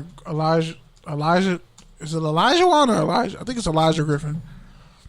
But yeah, he ran like a 4.53 at USC's pro day, and when he declared for the draft, I was like, "Fam, we watched you play last year. What are you doing? Like, just because you played in some NFL coverages don't mean you're ready for the NFL right now." I think some of these underclassmen, like, their heads are a little big, and they're gonna realize, "Damn, I should have just stayed in college another year." When they were giving out free years. Well, it's a weird year, dude. Like, you had teams who only played half a season. Mostly, you had some teams who didn't even play half a season. You had guys who didn't even play. Like, yeah, that Quinn Minertz guy, the Wisconsin Whitewater guy, he might be the next dude off the board. The cool thing about football now, though, is there's going to be some competition with the Rock owning the XFL. That's going to come back. Then Canadian Football League to have their little partnership. Some of these kids will still be able to make some decent money and still have some type of football career before they get to the NFL.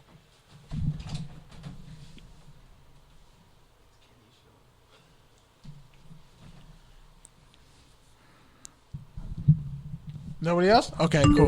I thought somebody was going to say something. But yeah, man, thanks for hanging with us for the draft, for this first round, man. It was really dope. This is a man with appreciate you guys always having me. With great range. WWE the NFL draft. Indeed. And so, what upcoming plans you got for the draft and going forward with the relaunch? I just kick up relaunch with the pod. Mm-hmm. Yes. Yeah. Oh yeah. Well, we just dropped that episode today. Check us out. We're at Blue Wire Hustle right now. Hey, BD's company, Baron Davis' company. Says. Yeah, sure is. Podcast called We Got Next. We'll be rolling out episodes, having some guests on real soon. Tap in with us. Me and Jacob going to start hitting you guys with at least 2 episodes a week in the interim. Just dropped an article today for Daily DDT. You can always check that out. As for the draft, I'll just be tuning in, seeing who the football team takes for the rest of the weekend. Most definitely. Thank you, Sad. We appreciate you. And yeah, anything else, guys? Pete? Stay safe, man. Keep up the good work. Appreciate you guys as always, man. Love being on here. You guys stay safe too. Take it easy. Likewise. I can't wait to subtweet WWE. I can't wait to talk crap about the WWE, what they do next, because they're gonna do something dumb next. Like the trash bag. Favorite part of my Monday night. Facts. All right, have a good night, Sid. All right, fellas. Peace. Round of applause for Sid, man. No. He closed Skype. It's all right. You're learning. Thank you. But yeah, and just like Kenny's learning to do a rundown on time and execute it, not forget about it. I did the rundown like 3 days early. Fuck you. Yeah. Dude, clearly you totally forgot about it. I did. You didn't know. Whoa, you got all lost in the draft wormhole, bro. Nah, that was just like, I was really shocked at like what happened at the end of that first round. Like, I had money on a couple guys going. You see why I'm the mind and he's the heart? The brains and the brawn. Yeah, because I bought you like a whole cake out there, you punk. That's bitch. a compliment. You're the soul. I'm the feet. By the way, the whole time I was like pouring my juice, I was like, this looks like lean. It's purple. This is I'm a like, bad bro, look. why didn't you get vodka if you're gonna get all that chaser? It was 4 for $2. I'm only taking 2 of these. One of y'all's taking these. You want this one? No, we're Yeah. good. We don't I actually want always your wanted- diabetic water. I actually always We wanted. don't want your lemonade. diabetic water. I mean, you're drinking piss beer, but okay. Ouch. Pacifico. Wow. Wow, dude. I was probably conceived off this, dude. Like, relax. Possibly. I mean, it was the 90s. Nah, it was probably Bud Light. Let's be real. Bud Light, while Digital Maybe Underground Keystone. was playing in the background, Maybe Keystone. probably, or Cameo. It was probably Cameo Might playing have in the been some background. Bonda or something. Here's the thing, like, you gotta understand about my parents, man. I know your parents listen to Cameo. Don't fucking lie to me and say what's the word. I know that Candy. My mom and my dad are probably the only 2 people who can drink with each other. That's the greatest I'm compliment. pretty I've ever sure heard. that was their relationship. Like, that's why it was both like hi me, and low, like, oh, they're not together for like 25 years, but like. Oh shit! So yes, My mom said happy birthday. I'm a product of probably like a 7-year bender between them 2. So Oh, damn. I don't even want to say my next joke. It's fucked up. I'm not gonna say it. As a Forever friend, I'm not home. gonna say it. But we're all thinking it. Did you just close Skyping in? Okay. Well, in the meantime, in between time, let's get back to the rundown. So, we already talked about Aaron Rodgers deciding he wants out. But in the where meantime, could he actually go, bro? Like, where could he actually go? Denver, Raiders, Niners. I would have said the Bears, but that's not happening now. No. Denver said they're out, and they already got Bridgewater. The Vikings? The Niners just drafted their quarterback, No, they're not and they gonna have do that Garoppolo. Another Green Bay quarterback to Minnesota. I got a dark horse for you. So realistically, the Okay, it's only not place, Houston. the only place that really makes sense is either Oakland? a fucking fantasy trade with the Seahawks, Oakland? which the or Seahawks said they're not trading Russ. The Eagles. Houston? Houston, maybe if that shit clears up, but even then, I don't think Aaron Rodgers is going to Houston. Nah, I The mean, who Eagles. would want to go to Houston? The Eagles. So realistically, the only team that really makes a lick The of Colts? sense, No, they got Wentz. Yeah, never mind. Shit. The Actually, only no, I mean, team that that's makes a lick of sense. Saints? Washington football team? Come on, guys. That's just Come on, trash. guys. I mean- you guys are cold here. Like you're in the wrong time zone. Keep coming this way. I don't want to say it. That's why. Silver and black. I said the Raiders like 5 say the times. Raiders. Oh yeah, did sorry. Are you drunk, I'm a bro? little inebriated. Just not the timing legs. Did you say, Hello, caller. caller. What's your name and where you calling from? Hey guys, it's my name's Ryan from Arizona. Could Hey you, Ryan, how's it going? Could you say your last name for everybody I mean- present? Last name is Adaverderada. Adaverderada. Adaverderada. Yep. There we close go. enough. Close enough. The legendary. How you doing tonight, sir? How's the job going for you so far? Honestly, a lot better than what I was worried it would be. So I'm pretty happy right now. Are you talking about from the Cardinal standpoint or the Niners standpoint or just overall? Honestly, both, man. Like the Cardinals, I kind of figured, I would be satisfied with who they selected, regardless. I mean, there was a very small percentage chance that I gave them that they disappoint me. I was much more worried, as I'm sure if anyone was on like 49ers Twitter over the last like 3 weeks can attest. It's been a I guess a dumpster fire. I mean, completely worried about what's going to happen in number 3 pick. And between, I mean, Were you thinking, if not Lance, do you think Fields is a better prospect than Lance? So, I think Fields is a better. I guess he's the guy that right now I would rather have if we're looking at starting this year and or next year. Lance, I think, is the highest ceiling of the 5 quarterbacks in the first round. I would have actually had Fields like second or third, depending on how I felt that day. But I like I said, I can't really be too upset with the pick. I thought it was going to be Fields. I've always thought Fields was the second best quarterback overall, but this is Shanahan and Lynch basically saying like, hey, we have these long extensions, and the boss, said that we can go ahead and do something like this. So we're going to go ahead and pick the guy that we think we can turn into the quarterback for the next 10 to 15 years. Because when people say he has a higher ceiling, I'm like, well, we know Fields runs a 4.4, almost a 4.3. Lance isn't really faster than him. And we don't know necessarily if Lance, if he were to transfer to Ohio State, or would even beat out Justin Fields. But I feel like it's the North Dakota State kind of syndrome, because they were so dominant for so long, and now you have another guy who looks even better than Carson Wentz. And I just, it's weird when I look at the Niners and see how expendable Jimmy G is. Honestly, I mean, when you look at just kind of for instance, looking at Jimmy G now going into this season, you realize, okay, he's going to be the guy. The 49ers, the front office, and Kyle Shanahan have basically said for the last few weeks, Jimmy's our guy. And I believe that, because I think right now he's going to give you the best chance to win.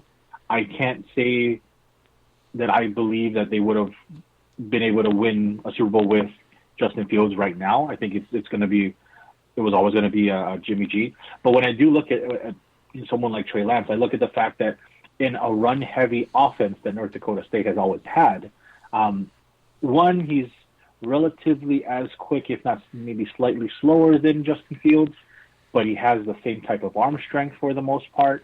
And I look at the fact that someone like Trey Lance I think he has a higher ceiling because of the fact that he's so raw in terms of talent, and that does scare me, because obviously seeing a quarterback like that can, you think of a guy like Mitchell Trubisky and you hope it doesn't turn out that way. But I mean, looking at how the 49ers can possibly do this, I mean, they've done amazing things with guys like C.J. Beathard and Nick Mullins. So I think they can get a lot out of Trey Lance. But like you were saying, yeah, Jimmy G, this is basically, you have a year, maybe 2, depending on what happens this year, to win a Super Bowl with Jimmy G, and I think that's it. Even if they win a Super Bowl this year, you could see them probably just try to trade him anyway and get rid of him, because you then have the rookie that's going to be right there. So I think he's going to be on the team this season. I think they're going to do fairly well with him, but this has to probably be his last season as a 49er. If not a quarterback, was there a player that you wanted to bang the table for who could have helped you win a Super Bowl this year? I honestly don't, not at 3. Let me just say that, not at 3. I don't think there's someone on that was drafted yet so far, or who hasn't been drafted, that I think would have immediately made the 49ers a Super Bowl contender again. I think maybe hype-wise, if they had gotten someone like Trevor Lawrence or someone like Justin Fields, maybe, but that would have just more been a hype thing. For me personally, looking at the team, I mean, the only reason they didn't do very well last year is because half the team got injured. Yeah. So you look at what they still have. I mean, they've for the most part reloaded from what they lost in the offseason. I don't have any issues with that. I mean, everyone that they could have added, they've already pretty much added. So I can't say that anyone in the draft would have been able to really help the team get over the hump. And they always find some guy who can just somehow round up 3 or 4 sacks. They usually find 2 or 3 of those guys. Yeah, and I wouldn't be surprised if you start, because you look at who they brought in, just from the basically from the Raiders. Yeah, you look at who they brought in with Mo Hurst, and Hurst. When I found out about the Hurst signing, that actually got me excited, because I was a big fan of his coming out of college. Yeah, coming out of Michigan, but he's a guy you put in basically that 3 technique, and he's going to be able to do that. And you look at even a guy like Key. I mean, if he can just add another move or two and just be that specialist, I like the defensive line coach they have. I just like how their defensive line plays. You guys said it right there, where they find ways to do stuff. Where you had guys last year who were, kind of off the streets for the most part, and they were playing well, and they had 4, 5, 6 sacks, and I mean, I'm not worried about it. I trust the coaches that are still there, and so it's kind of exciting just to look at it and say, okay, well, there's no the only hole that I can really see on the defense right now is at cornerback, and that's why I said at 3. I don't think they would have picked someone like J.C. Horn or anything like that. He would have been a guy that you basically picked if you stayed at like 12. Yeah, because he ended up going 8, and I was like, I think if they would have found a way to trade with Detroit somehow, or even let's say Cincinnati, I think like the Niners would have tried to get Surtain or Horn, and that'd been perfect. But I think they're probably gonna have to go after like Asante Samuel Jr. I was kind of shocked that Eric Stokes went the first round, but I guess it helps running a 4.24 at 6'1". But you look at the rest of that roster, like for this draft. I mean, is there any way possible that they see enough from Trey Lance and they just say, we're going to trade Jimmy G for like a premier starting corner? You think that's even possible? I don't even know if you can get that for Jimmy G right now.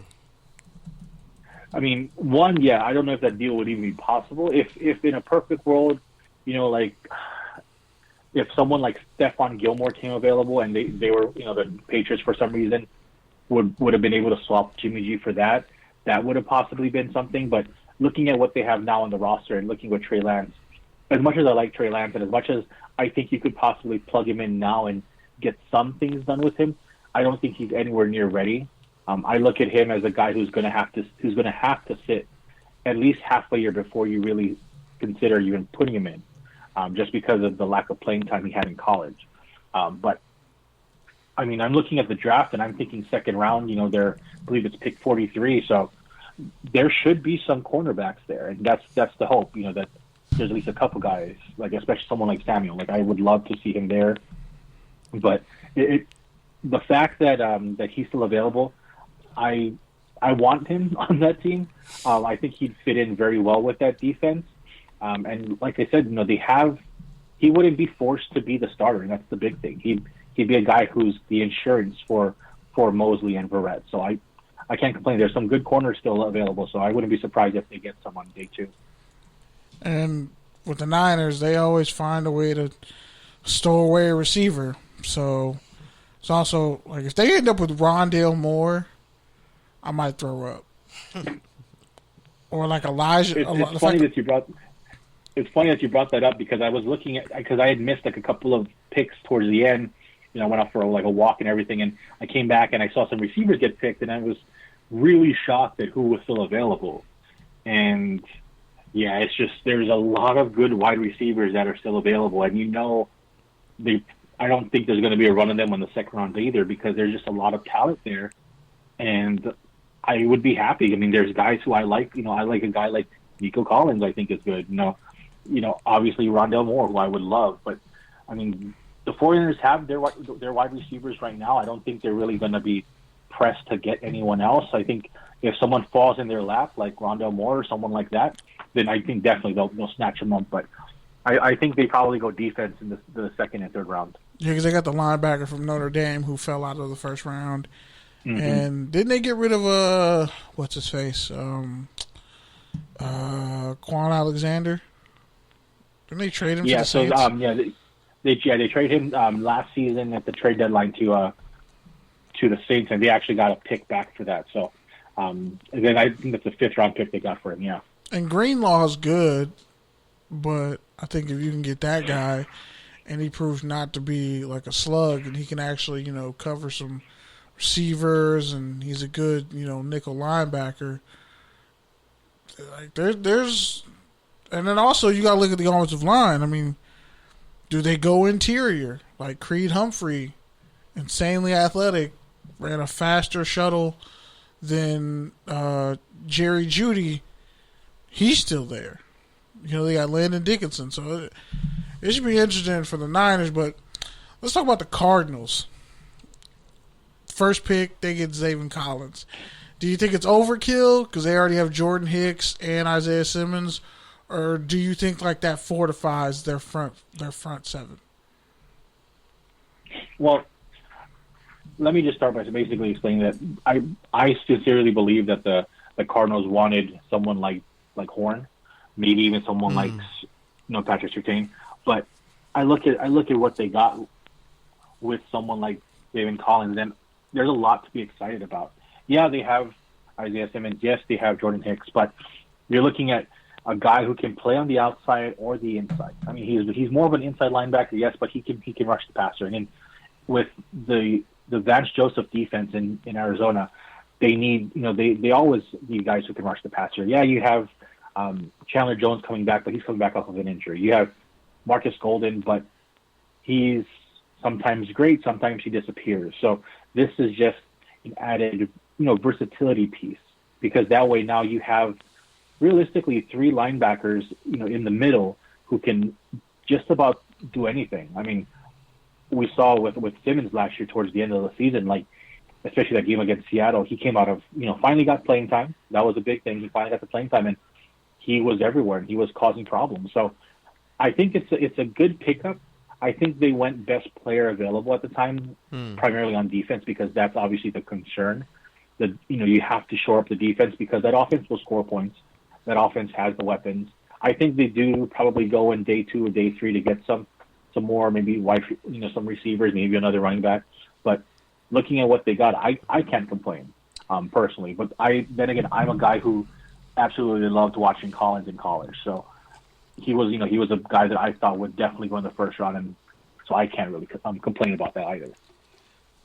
And we talked about it with our last guest, but do you see, because obviously the Rams, the Seahawks have been consistent, and you have the Niners who had to step back, but they're still right there with them.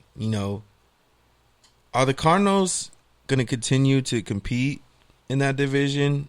1, and 2, do you see them doing enough over the next few days of the draft to really get over the hump and finally get into the playoffs again? That's a really tough question. Really, the first part of it, do I see them competing? Yes. Mm-hmm. I see them competing because, they for all intents and purposes, should have been in the playoffs last year, and they completely shut down at the end of the season. They were in prime position, and they failed. A lot of that came from the fact that Kyler Murray got hurt, and it just kind of became a roller coaster. Offensively, they can match just about anyone. Whether or not Larry Fitzgerald returns doesn't matter. They have DeAndre Hopkins, and you just have a lot of talent, obviously in that backfield. So the big thing is defense, and if their defense can do what they did towards the last half of last season, then this is a team that's going to compete not just for a wild card, but also for the division. Now, do I think they do it? That's really tough because last year they finished 3rd, could have finished 2nd or 1st, but that was also with a half-healthy 49ers team. And they lost one of those games. Mm-hmm. So looking at just that division as a whole, I still believe it's the toughest division in the entire league. And I think that we're going to see a slight regression this year from the Seahawks. I also don't think that the Rams are going to be as good. I think the Rams are going to, there's only so much you can lose and still be as good as you are. I think they're just a Matt Stafford injury away from just completely falling into a top 5 pick. I would say that a top 5 pick, but that's not going to happen. Somebody else's top 5 pick? Yeah, I mean, exactly.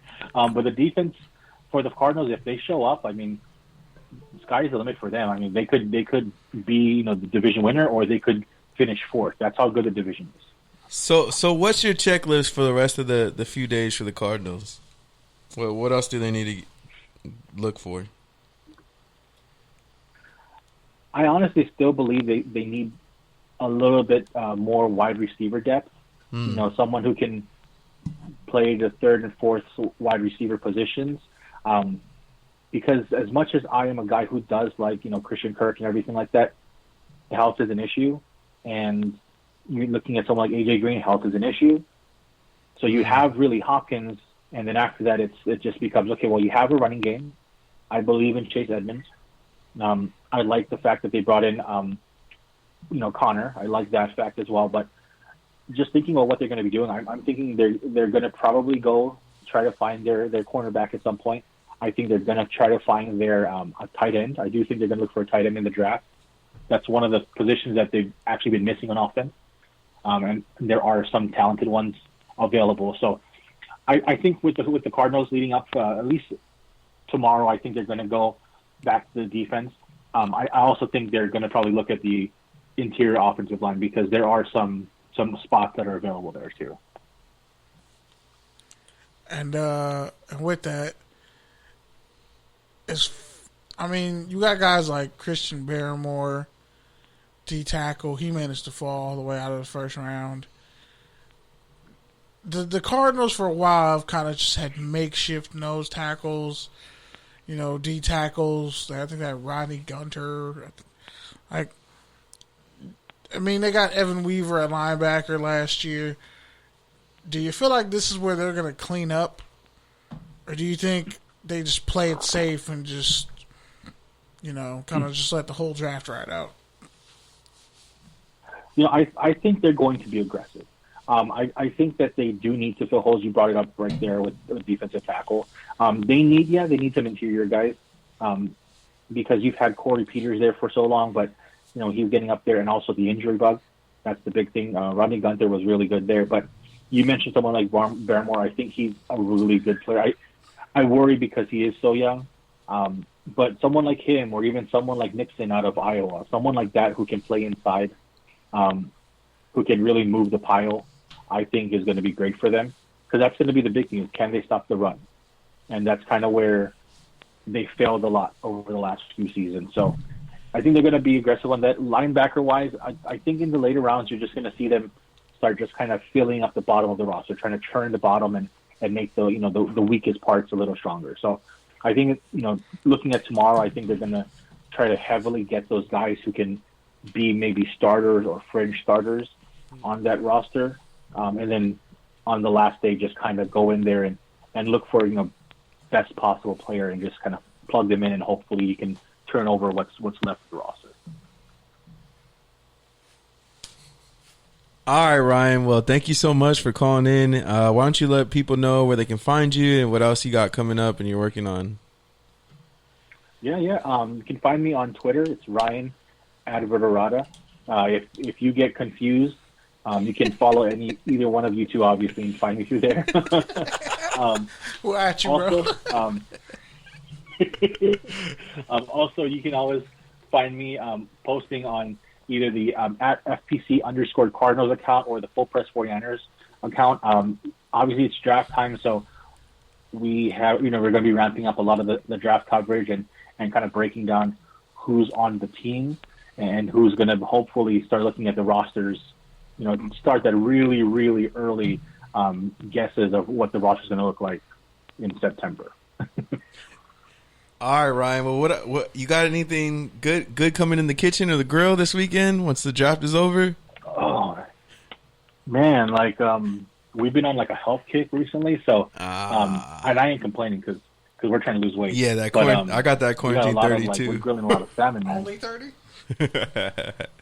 So what's your salmon marinade? How do you make it taste good? There are 3 ways that we do it between myself and my fiance. And she's the one that cooks a lot, honestly. She's an amazing cook. If we're grilling, I like to keep it simple, just kind of put it in some foil, sprinkle it with some, pepper, salt, garlic powder, a little bit of thyme, a little bit of rosemary, and a little bit of lemon juice. That's about it. Make a nice little boat, pop it in the grill for a while, and that's it. But she does some things where she made tonight, actually, she made a homemade teriyaki that had a little bit of kick to it, so that was good.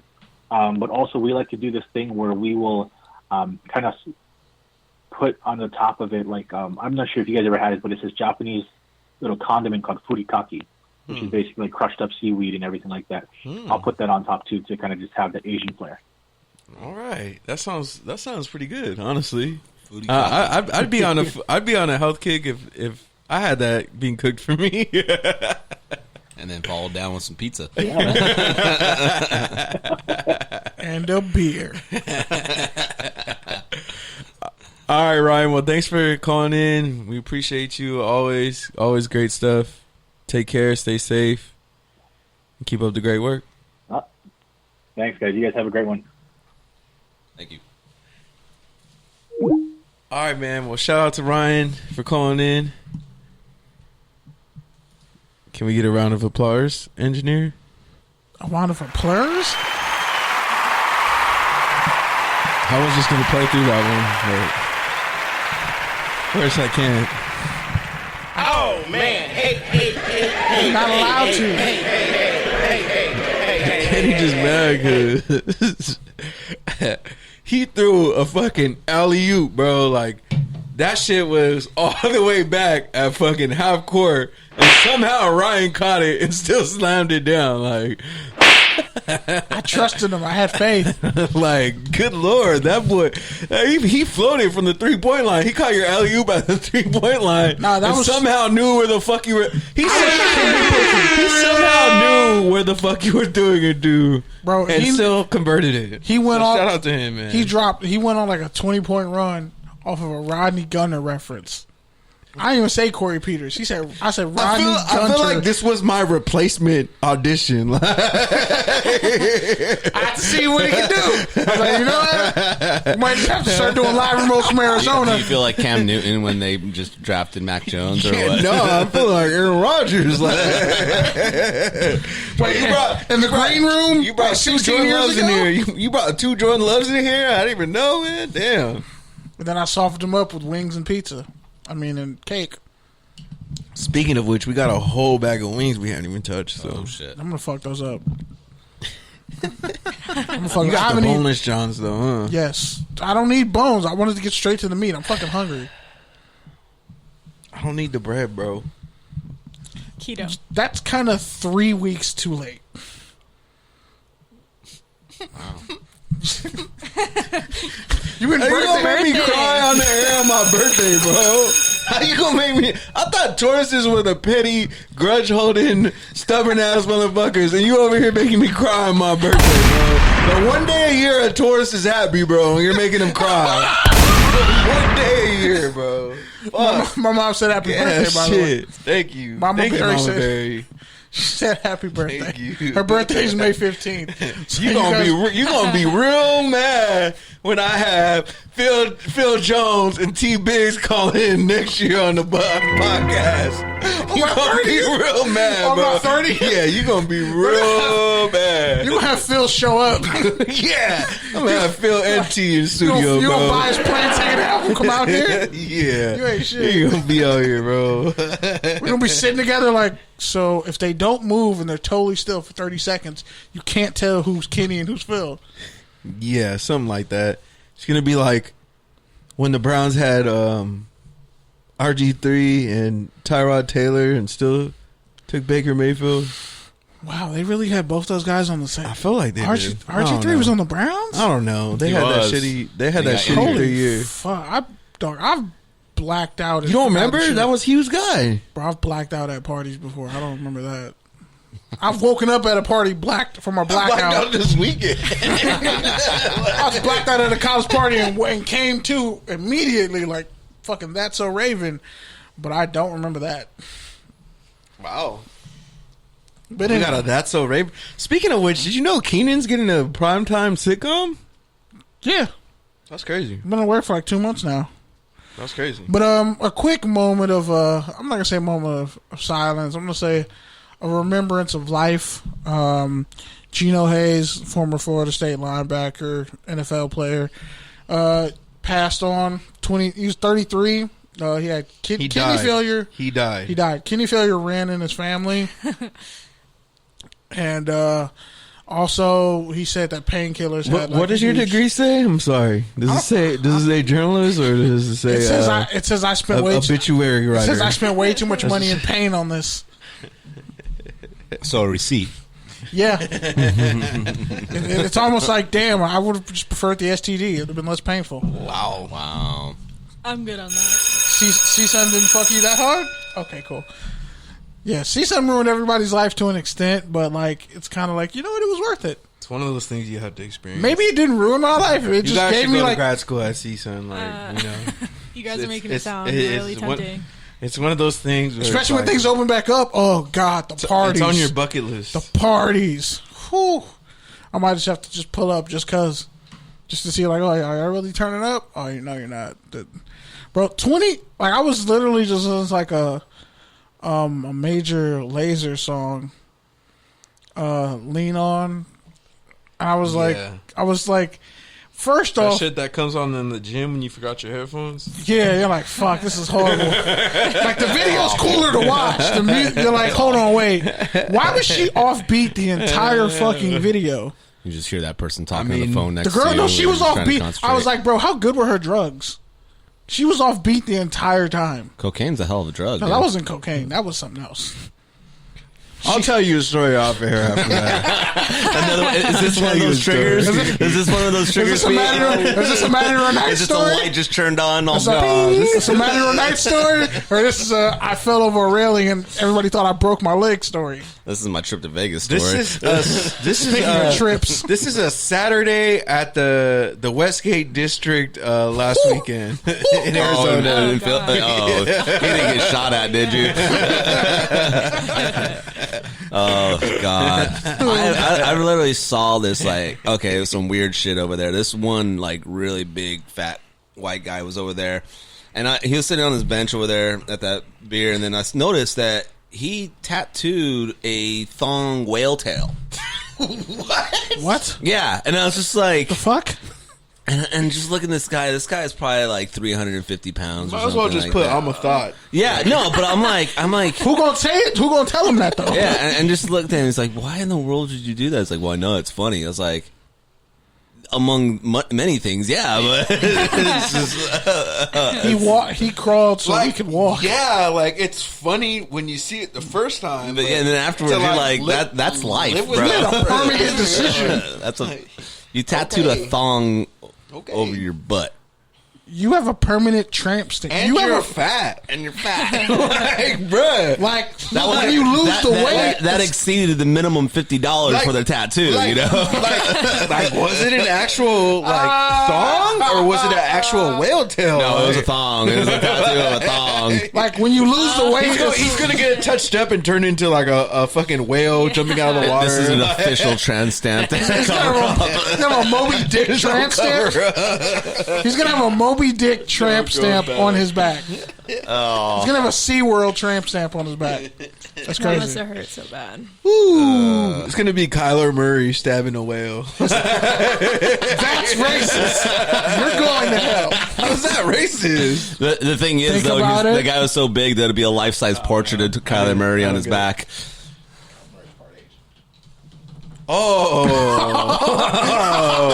Oh, my bad. Fuck you, whale. You don't remember South My Park? bad. My Wow. Oh, Sorry. This man. You gotta ruin everything, huh?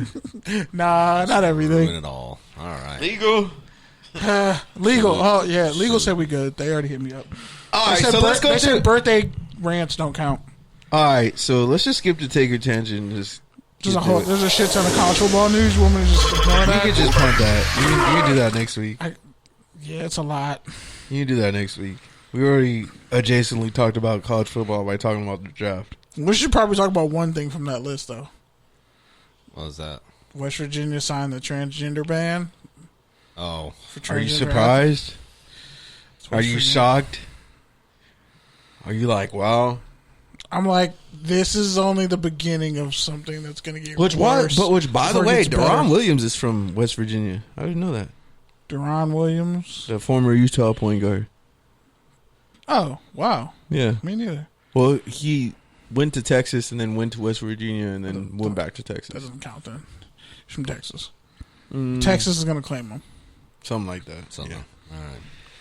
Tangent. So Sean Cluckin, tight end, becomes first player to be paid fully in Bitcoin. So, Trevor Lawrence is also doing something with cryptocurrencies. NFT? He signed a deal with a forgot what it is, but basically it's a crypto tracking app / wallet. I forgot what it's called. It's not Coinbase. But he signed a deal with them, an endorsement deal, and the money they're going to pay him for that endorsement, they're going to pay him in cryptocurrency. So, in this case, I was listening to the radio today, and they cited that Bitcoin year over year, like even with the ups and downs, have still grown over 200%, like year over year in the last 10 years. So, even if that's cut in half, like by next year, he could potentially double his salary, or triple it. Like so, and they have to pay him. It's a smart move. It's on a platform called Blockfolio. There you go. Thank you, Izzy. You're welcome. Good stuff. And Trevor is being paid in Bitcoin, Ethereum, and Doge. Oh, the big three. Can we just Izzy's over here shooting a triple double? Yeah, a quiet triple double.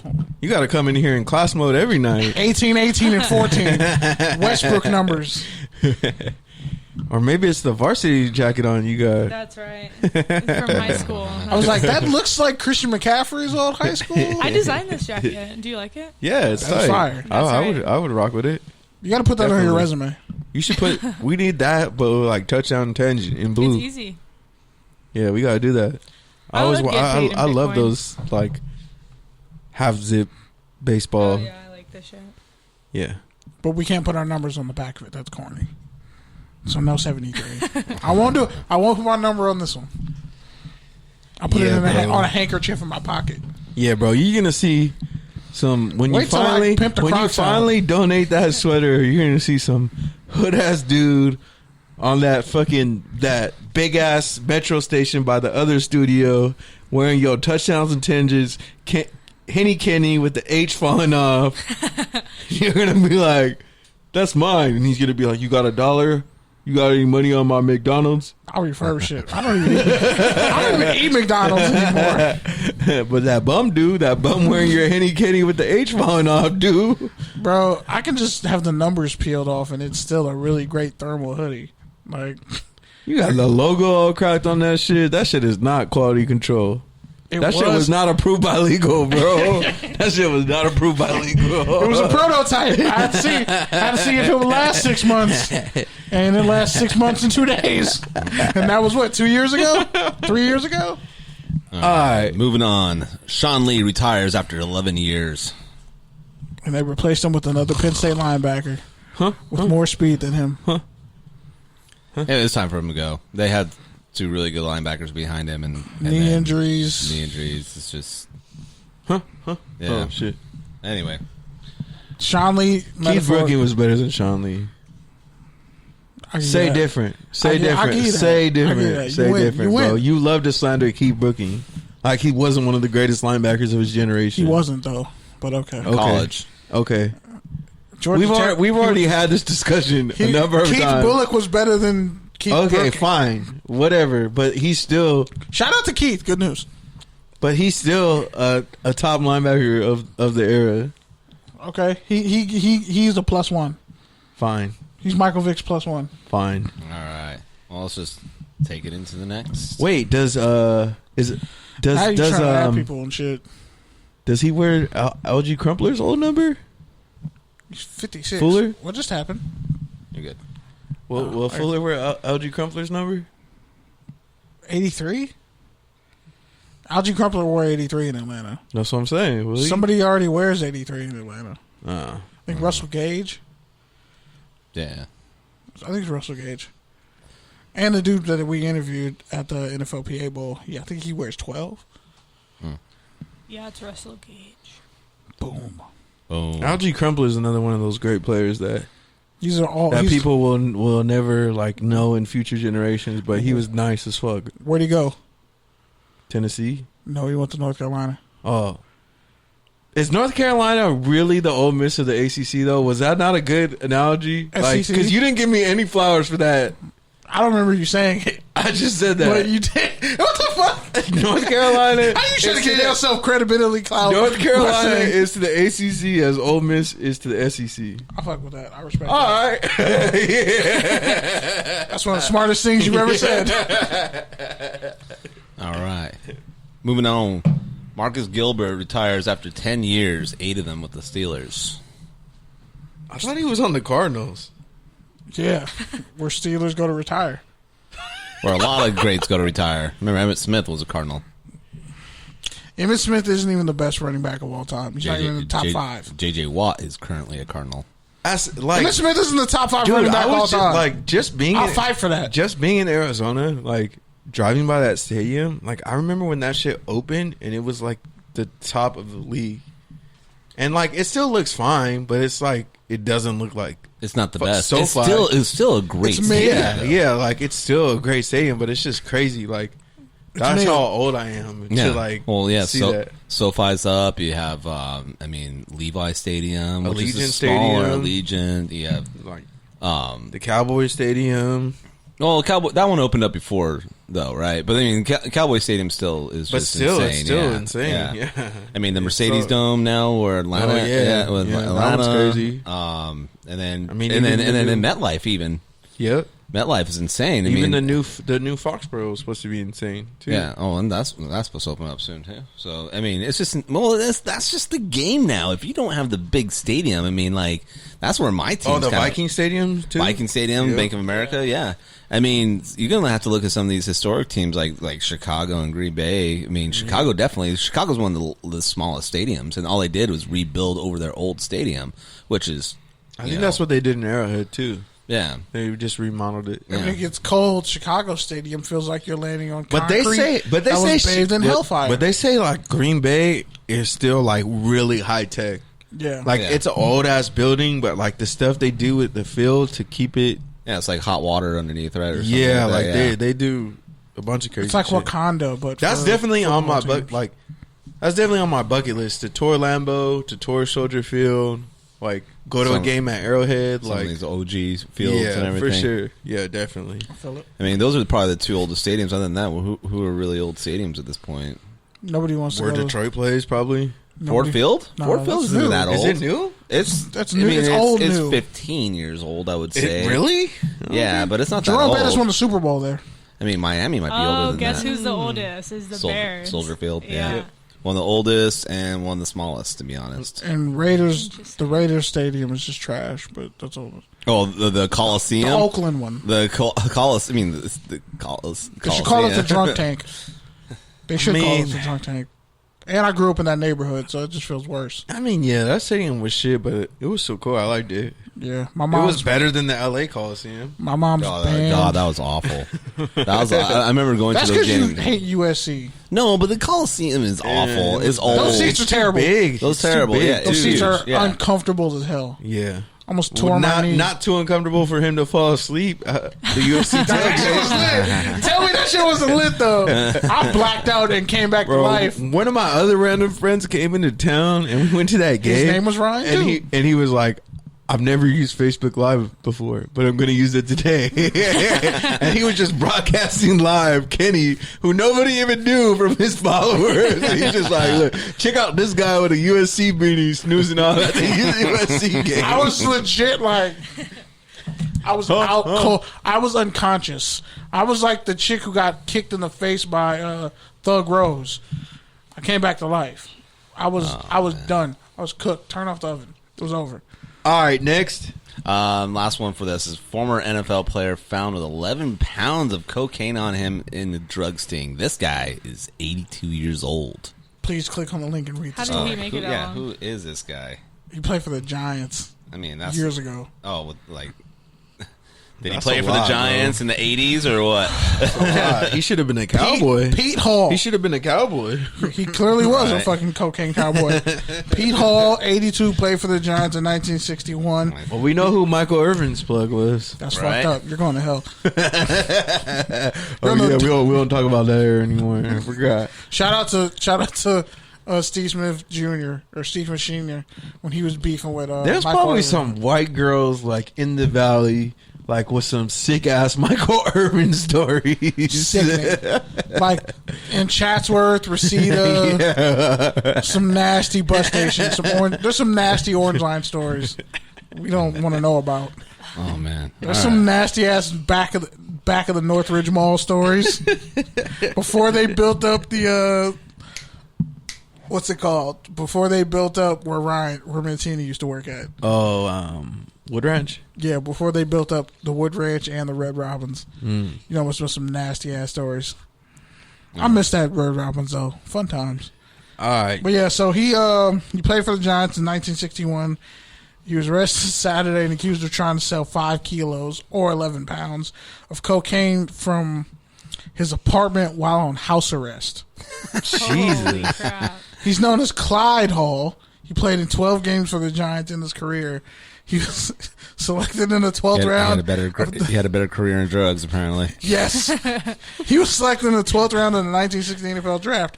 He had 2 catches for 22 yards in 1961.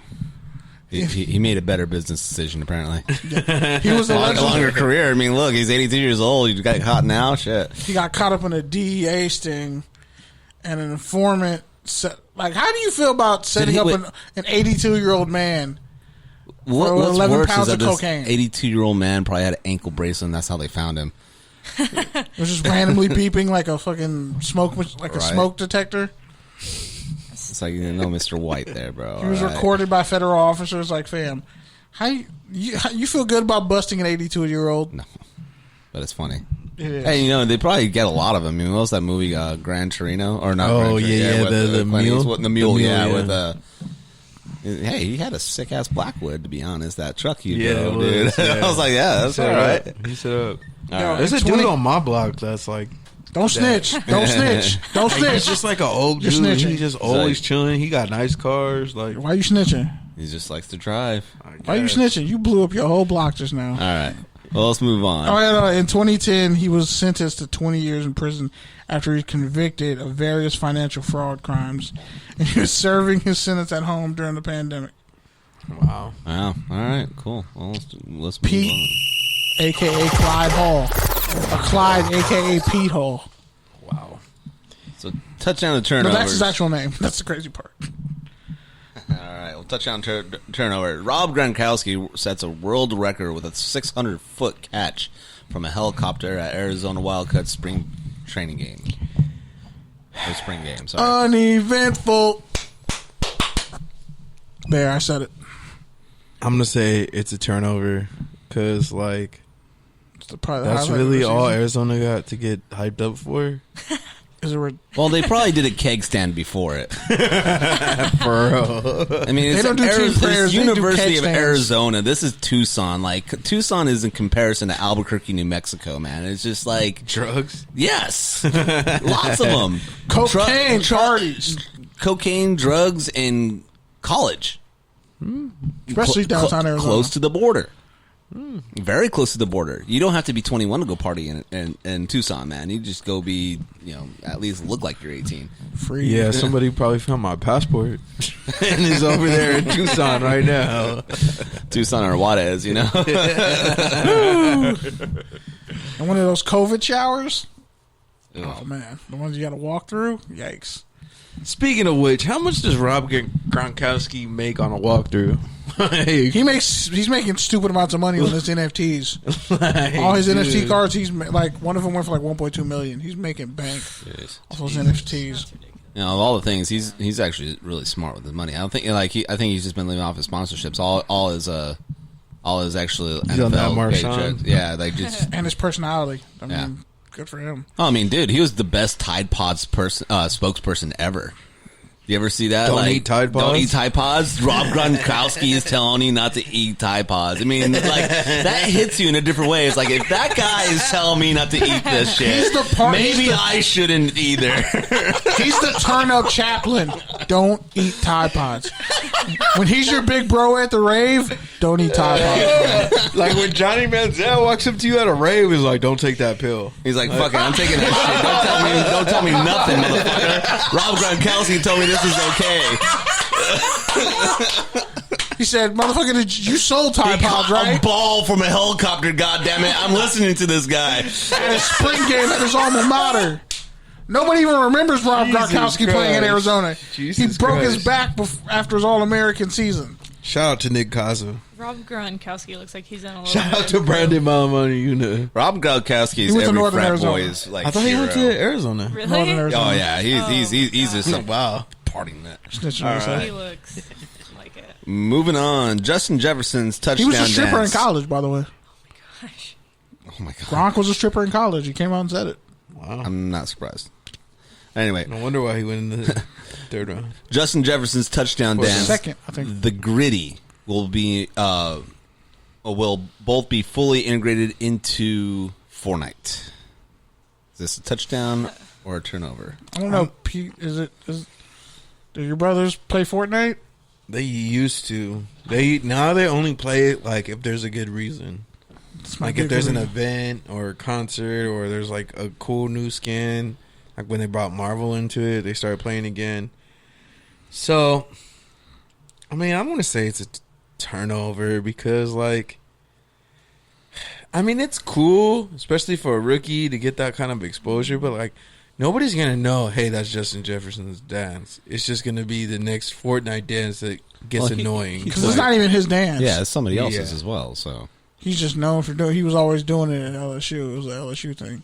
the only thing I think would be cool if like somebody were to kill like Schuster Smith on Fortnite and then have that dance over him. I think that would be the only like, well, touchdown yeah, okay. for that. I'm with that. That's a good idea. But at the same time, like Schuster Smith is starting to get a little too old for Fortnite. You know, he's not that little. He's only kid. like 23. He just dyes his hair. He's good. young as hell.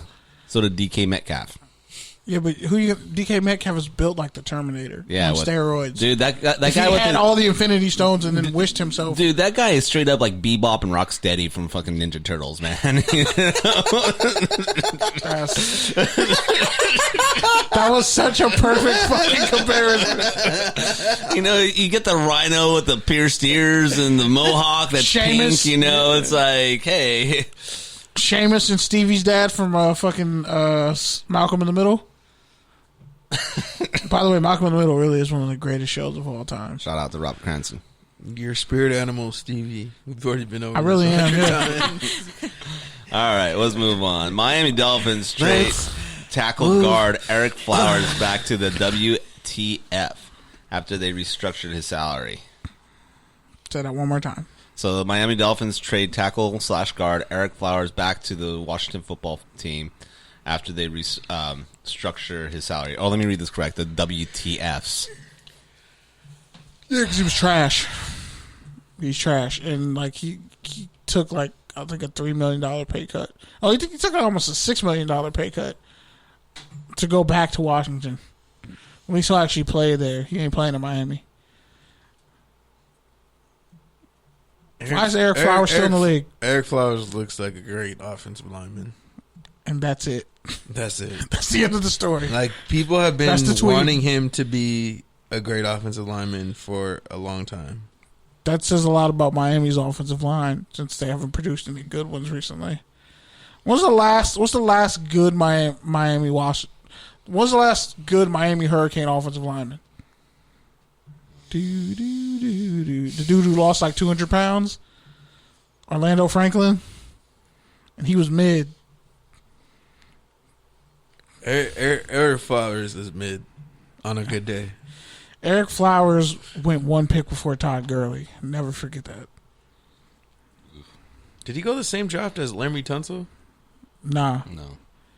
Was Emory Thompson with Who else was in that draft? With Gurley? No, with Flowers. Shit, I don't know. I gotta look it up, but yeah, it wasn't the best draft. It was a good draft, but you know. Who was that tackle who was with the Steelers and the Jaguars and then retired to like be a cannabis entrepreneur? Not even Britain. And not Ricky Williams. no. I know who you're talking about though, but it was Eugene. Yeah, there you go. He didn't play for the Steelers. He played for the Ravens. Eugene. There you go. Robinson? Maybe. Eugene. I don't something. know. I don't know why I thought about that. I know his name though, but yeah. All right. Last one. Last one. Caleb Fairley tests positive for COVID-19. Draft stocks hit. Question mark. Clearly he didn't because he still won the first round. 22nd overall. Question answered. I don't know, man. Just with all the COVID stuff going on, it's like it's starting to dwindle. People are still being safe, but like the NFL is planning to for an existence beyond full-ass COVID. season. Yeah, they're planning like Can we be things honest? going to be back to normal. The hopefully whole this year. fucking country. Bro, is- I was in fucking Arizona last week, and right. and this dude was like fucking. He was with his friend, and he's like, yeah. He was talking to the bartender. And he's like, yeah, sorry, I brought the worst fucking house guest in the world with me. And then he's like, what do you want? And then the dude ordered, and he was like, bruh, you're in Arizona. Take that fucking face mask off. I was like, damn, dude, this is your friend? Straight up, dude. Like, This is your friend? I was in Arizona last week too, dude. I'm asking my dad, like, do I wear a mask? No. But the No, sign like, you said- literally don't have to. The governor Yeah. lifted the Yeah. mask Holy shit. requirement. Yeah, everywhere you go, like, the mask required. Like, nobody said shit because it's like, it's not worth it. because it doesn't mean anything anymore. I'm just waiting for them. I can't wait till they do it out here so I can just like Dude, be a fucking raging alcoholic at brunches. Yellowtail. Oh, you're gonna be that guy. I'm the quiet raging alcoholic at brunch. I pay for the whole You're meal, that guy. but I'm like fucked I'm up the on one 20. throwing you out of the goddamn restaurant. Thanks, motherfucker. Hey, you forgot to pay your bill. I Apple paid it, motherfucker. No, you didn't. Give me your fucking credit card. Bro, I'm so I've drunk. done this a few times this last year. I'm so drunk I can't spell credit card. Bro, that happened to us at LA Live one time. I'm dry snitching right now. Yeah, you do that. but fuck, dude, I forgot what happened, but they were taking forever to come with our check. And so my boys were just like, all right, fuck it. We're gonna leave. And so Imagine we weren't they on just the air walked right out. now. They just walked out. Are we on the air right now, Eric? And I walked out, and then I was like, and then the server came running down the street. The stripper. Hey. No, it wasn't a strip club. It was I at thought you said the stripper came running down the street. the server did. She came running. Hey, you forgot to pay your bill, and I was like, they were supposed to pick it up. He doing it again. He's doing it again. Somebody, Mom. are we on the air still? Yes. All right, well, I don't know. Like, are we for real? For real? I just don't. Eric, you have a Mac, bro. Like, you're the one we're supposed to go to. There we go. All Wait, right. no. Okay, yeah, we Yeah. are. All right, let's go to the Rams. We're totally over. We're already overtime. Izzy. Happy birthday, Pete. Hey! It's my birthday, bitch! Yeah! My girl wasted! What thought, bro? White girl wasted. That, If I had $1 for every time somebody told me that. Your thought. You'd have like 10,000. But that was funny. I'll go next. I'll just say thank you, Chicago, for making a pick that your fans actually like. That is the first time I have seen that in a very long time. That was, You didn't pass on a black QB again. dude. Seriously, I thought Shout out to that, my friends text me. He's like, "What if they take Mac Jones?" I'm like, I wouldn't be surprised. That's death if they would have took Mac Jones. Oh, dude, seriously, especially everything that happened this last year. But I wouldn't have been mad if you didn't come in if they took Mac Jones. dude, I've been like, fuck this. I don't even want to hear it. That's just the first time that like your fan base has been seriously happy with a big move like that to actually take a quarterback that what you really need. So kudos, good job, and I think we're just really lucky that he actually went down to 11. So that's all I got. Cool. I'm going to go because Pete's going to close it out. Happy birthday, Pete, by the way. I just want to say happy birthday, Pete. Hell of a person. Hope you have a great day. Schmookums. Yo, I'll punch you in the fucking face. I will stab all the wheels on your car and take the air out just for you saying schmookums. Don't ever call me schmookums again. Don't ever fucking say schmookums again. Hashtag. Now I have to be mean to you for the rest of the fucking year. This is why I don't get compliments. Yeah, like, you ruined it. Kelsey, please smack the shit out of Pete when you see him. Like, Jesus. But no, all jokes aside, man, you deserve it. Like, you've been through a lot. next door. Shut the fuck up while I'm trying to See, this is why. Like, as a Pisces, I'm trying to help I'm you. gonna shut up. I'm gonna mute my shit. Go ahead. But you're still gonna keep talking. It bleeds into the other microphones. Like, it's good radio. Unmute the mic. All right, but nah, for real. Happy birthday, man. You deserve it. Welcome to the 29 and up club. This is pretty much purgatory or thurgatory.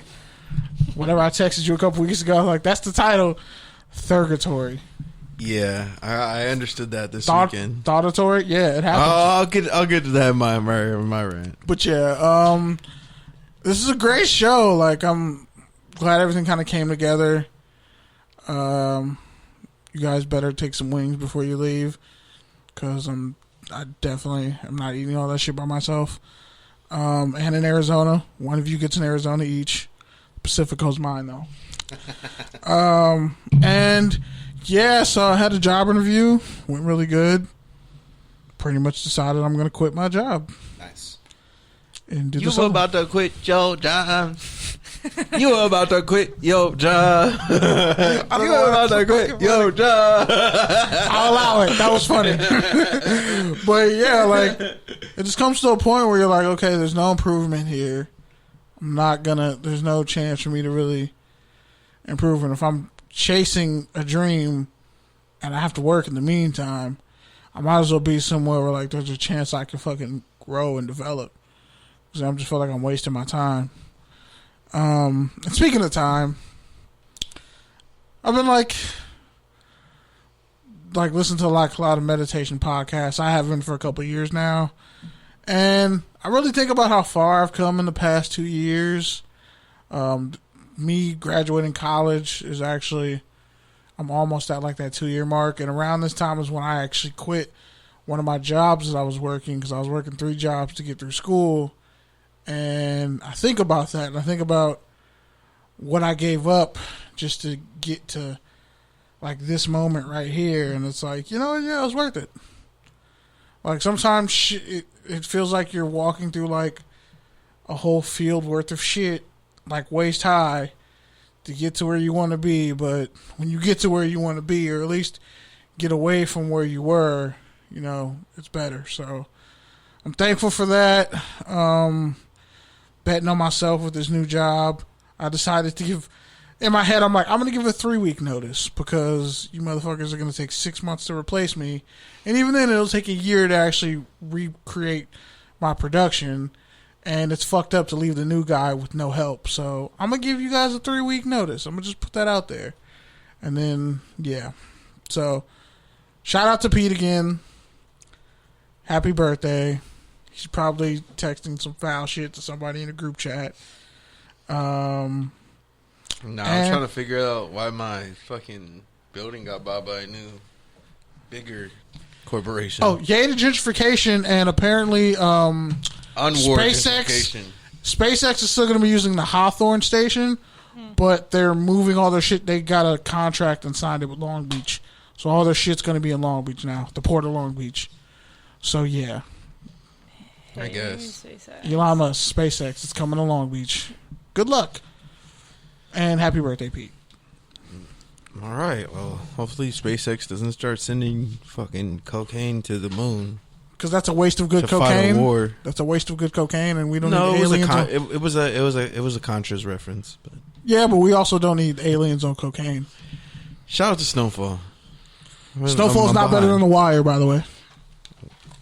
Wait, isn't The Wire in New York?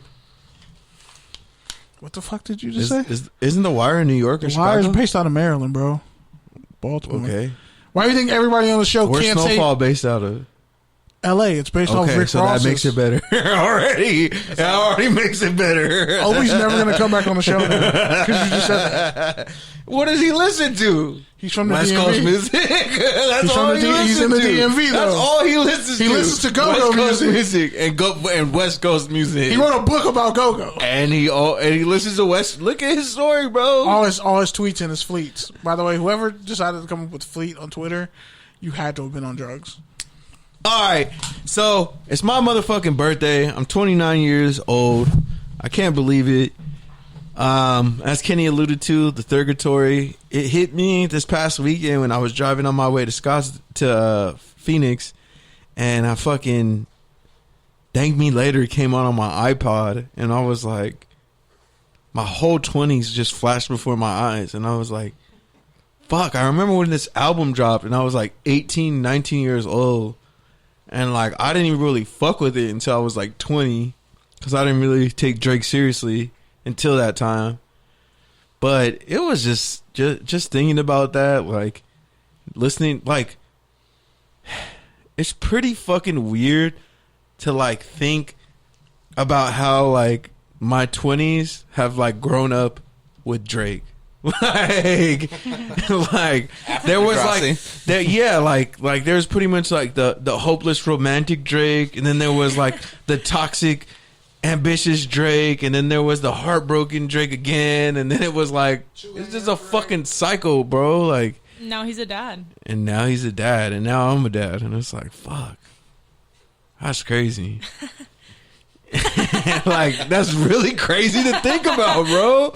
Like holy shit, like my 20s grew up with Drake. Like holy shit. And I'm still a huge whore. Wow. Yeah, and today, in case you didn't notice, I've been wearing all black all day because it's a funeral to my 20s. Like when I really still have a year of your 20s left, man. it's the last hurrah, man. It's the fucking circle around the block. Like So what? the You gonna open be, casket. Are you going to be wearing black all year 29 is long now? 29 is yeah, pretty much. 29 is an open casket from my 20s, bro. Like Now you know how I felt like 4 months ago. like damn, like when I really think about all the shit that I've done in my fucking 20s, like it's really fucking wild, dude. Like I started this shit with a fucking DUI. 5 months into my 20s, I had a fucking DUI, no license, driving around on a fucking bike. Like that was me. 21, I'm at fucking Goodwill, bro. Like cleaning dirty people's shit. 22, I'm out here producing award-winning fucking journalism, working for the team that I love, the Clippers, and fucking making a difference in the LA community. Like 23, I turned into a fuckboy trying to fuck my sorrows away. I went to my fucking first Coachella. Like I did a lot of shit that I probably shouldn't have done. Like That just means he did it right. like not even just that time, like that whole year, like that whole year and a half, 2 years. 24, I became a professional. Like 25, I took a chance on myself. I moved careers. Like 26, we started this fucking podcast. Like fucking 28, I went to fucking 27, I went to fucking Mobile, Alabama on this fucking podcast. I started covering the Lakers.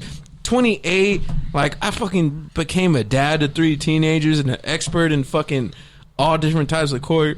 Like my 20s have been fucking a lot, bro. Like both good and bad. Like this is not a fucking love story. Like this is fucking 3,650 days of summer. Like that's what the fuck my 20s have basically been. Like Great fucking movie.